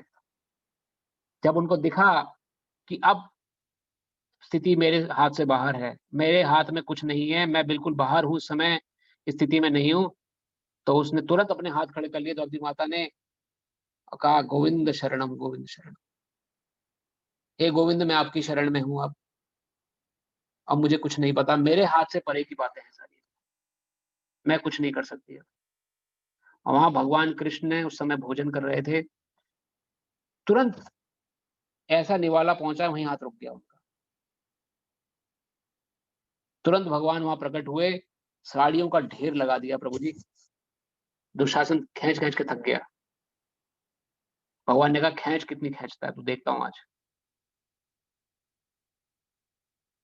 ऐसे भगवान कृष्ण की अगर आप शरण में हैं तो जीवन में कभी कष्ट नहीं आएंगे। एक बार शरण तो लीजिए आप, एक बार शरण लेके उनकी आगे बढ़ के देखिए उन्होंने जो कहा है, कैसे जीवन जीने को बोला है। द्रौपदी माता जैसा जो घटना घट रही थी, वो ऐसी परिस्थिति है कि किसी स्त्री किसी के लिए भी शर्मनाक बात है, परिवार के लिए शर्मनाक बात, लेकिन भगवान ने वहां मान भंग होने से बचा लिया द्रौपदी जी का। कितने ऐसे एग्जाम्पल हुए हैं पांडवों के जीवन में। पांडवों से बढ़कर कष्ट तो कहीं नहीं हो सकते किसी के जीवन में। जिंदा जलाने का प्रयास किया गया, बताइए उनको लाक्षागृह में, वहां बचा लिए भगवान ने उनको। युद्ध के समय कितना भगवान ने रक्षा करी है। तो मेरा बस प्रयास ये, प्रभु आपका प्रश्न था, कई बार एक सिचुएशन हो जाती है जिसमें कि हमें नहीं सोचता है, लेकिन अगर हम भगवान की शरण में हैं तो येन केन प्रकार भगवान कृष्ण हमें वैसी स्थिति में पहली बार तो आने नहीं देंगे, और हम उस स्थिति में अगर आ गए हैं तो हमें वहां से निकलने का कोई ना कोई जरिया मिल जाए। कई ऐसे संस्थाएं जहाँ पे खाने, कई लोग अब तो विदेश में अब यूएस में कई ऐसे जैन होटल खुल गए हैं जहाँ जैनी लोगों का खाना बनता है, जैन धर्म के हिसाब से जहाँ किसी प्रकार का हर प्रकार का सात्विक भोजन बनाते हैं। एरोप्लेन में सात्विक खाना मिलता है, और अगर आप देखें तो जैन फूड थाली बनती है एरोप्लेन का, एक फ्लाइट पे आप ट्रेवल कर रहे हैं अगर। वो हरे कृष्णा पद्मनिष्ठा प्रभु, हरे कृष्णा बोलिए। अभी दूसरा कास्ट तो शुरू होने वाला है 11 या बजे। तो एक सौ में एंड करते हैं वो उसके समाज प्रार्थी हैं। तो पटेल प्रभु जी, सॉरी अगर आपका प्रश्न उत्तर मिल गया होगा, वैसे नहीं, अगर नहीं तो हम इसको अगली क्लास में चर्चा करेंगे। तो अभी हमारा भगवत गीता की चर्चा कंटिन्यूसली चलती है, तो आज हमारा थोड़ा एक्सटेंडेंस हो गया सेशन, थोड़ा प्रश्न। लेकिन प्रार्थना बस ये है कि भगवान की शरण में रहिए, और तो ऐसी परिस्थिति कभी उत्पन्न नहीं होगी जिस परिस्थिति का आपने वर्णन किया। तो इन्हीं प्रश्नों के साथ तो आज हम थोड़ा अपनी कथा को, थोड़ा एक्स्ट्रा हो गया है लंबा, इसको हम यही विराम देते हैं।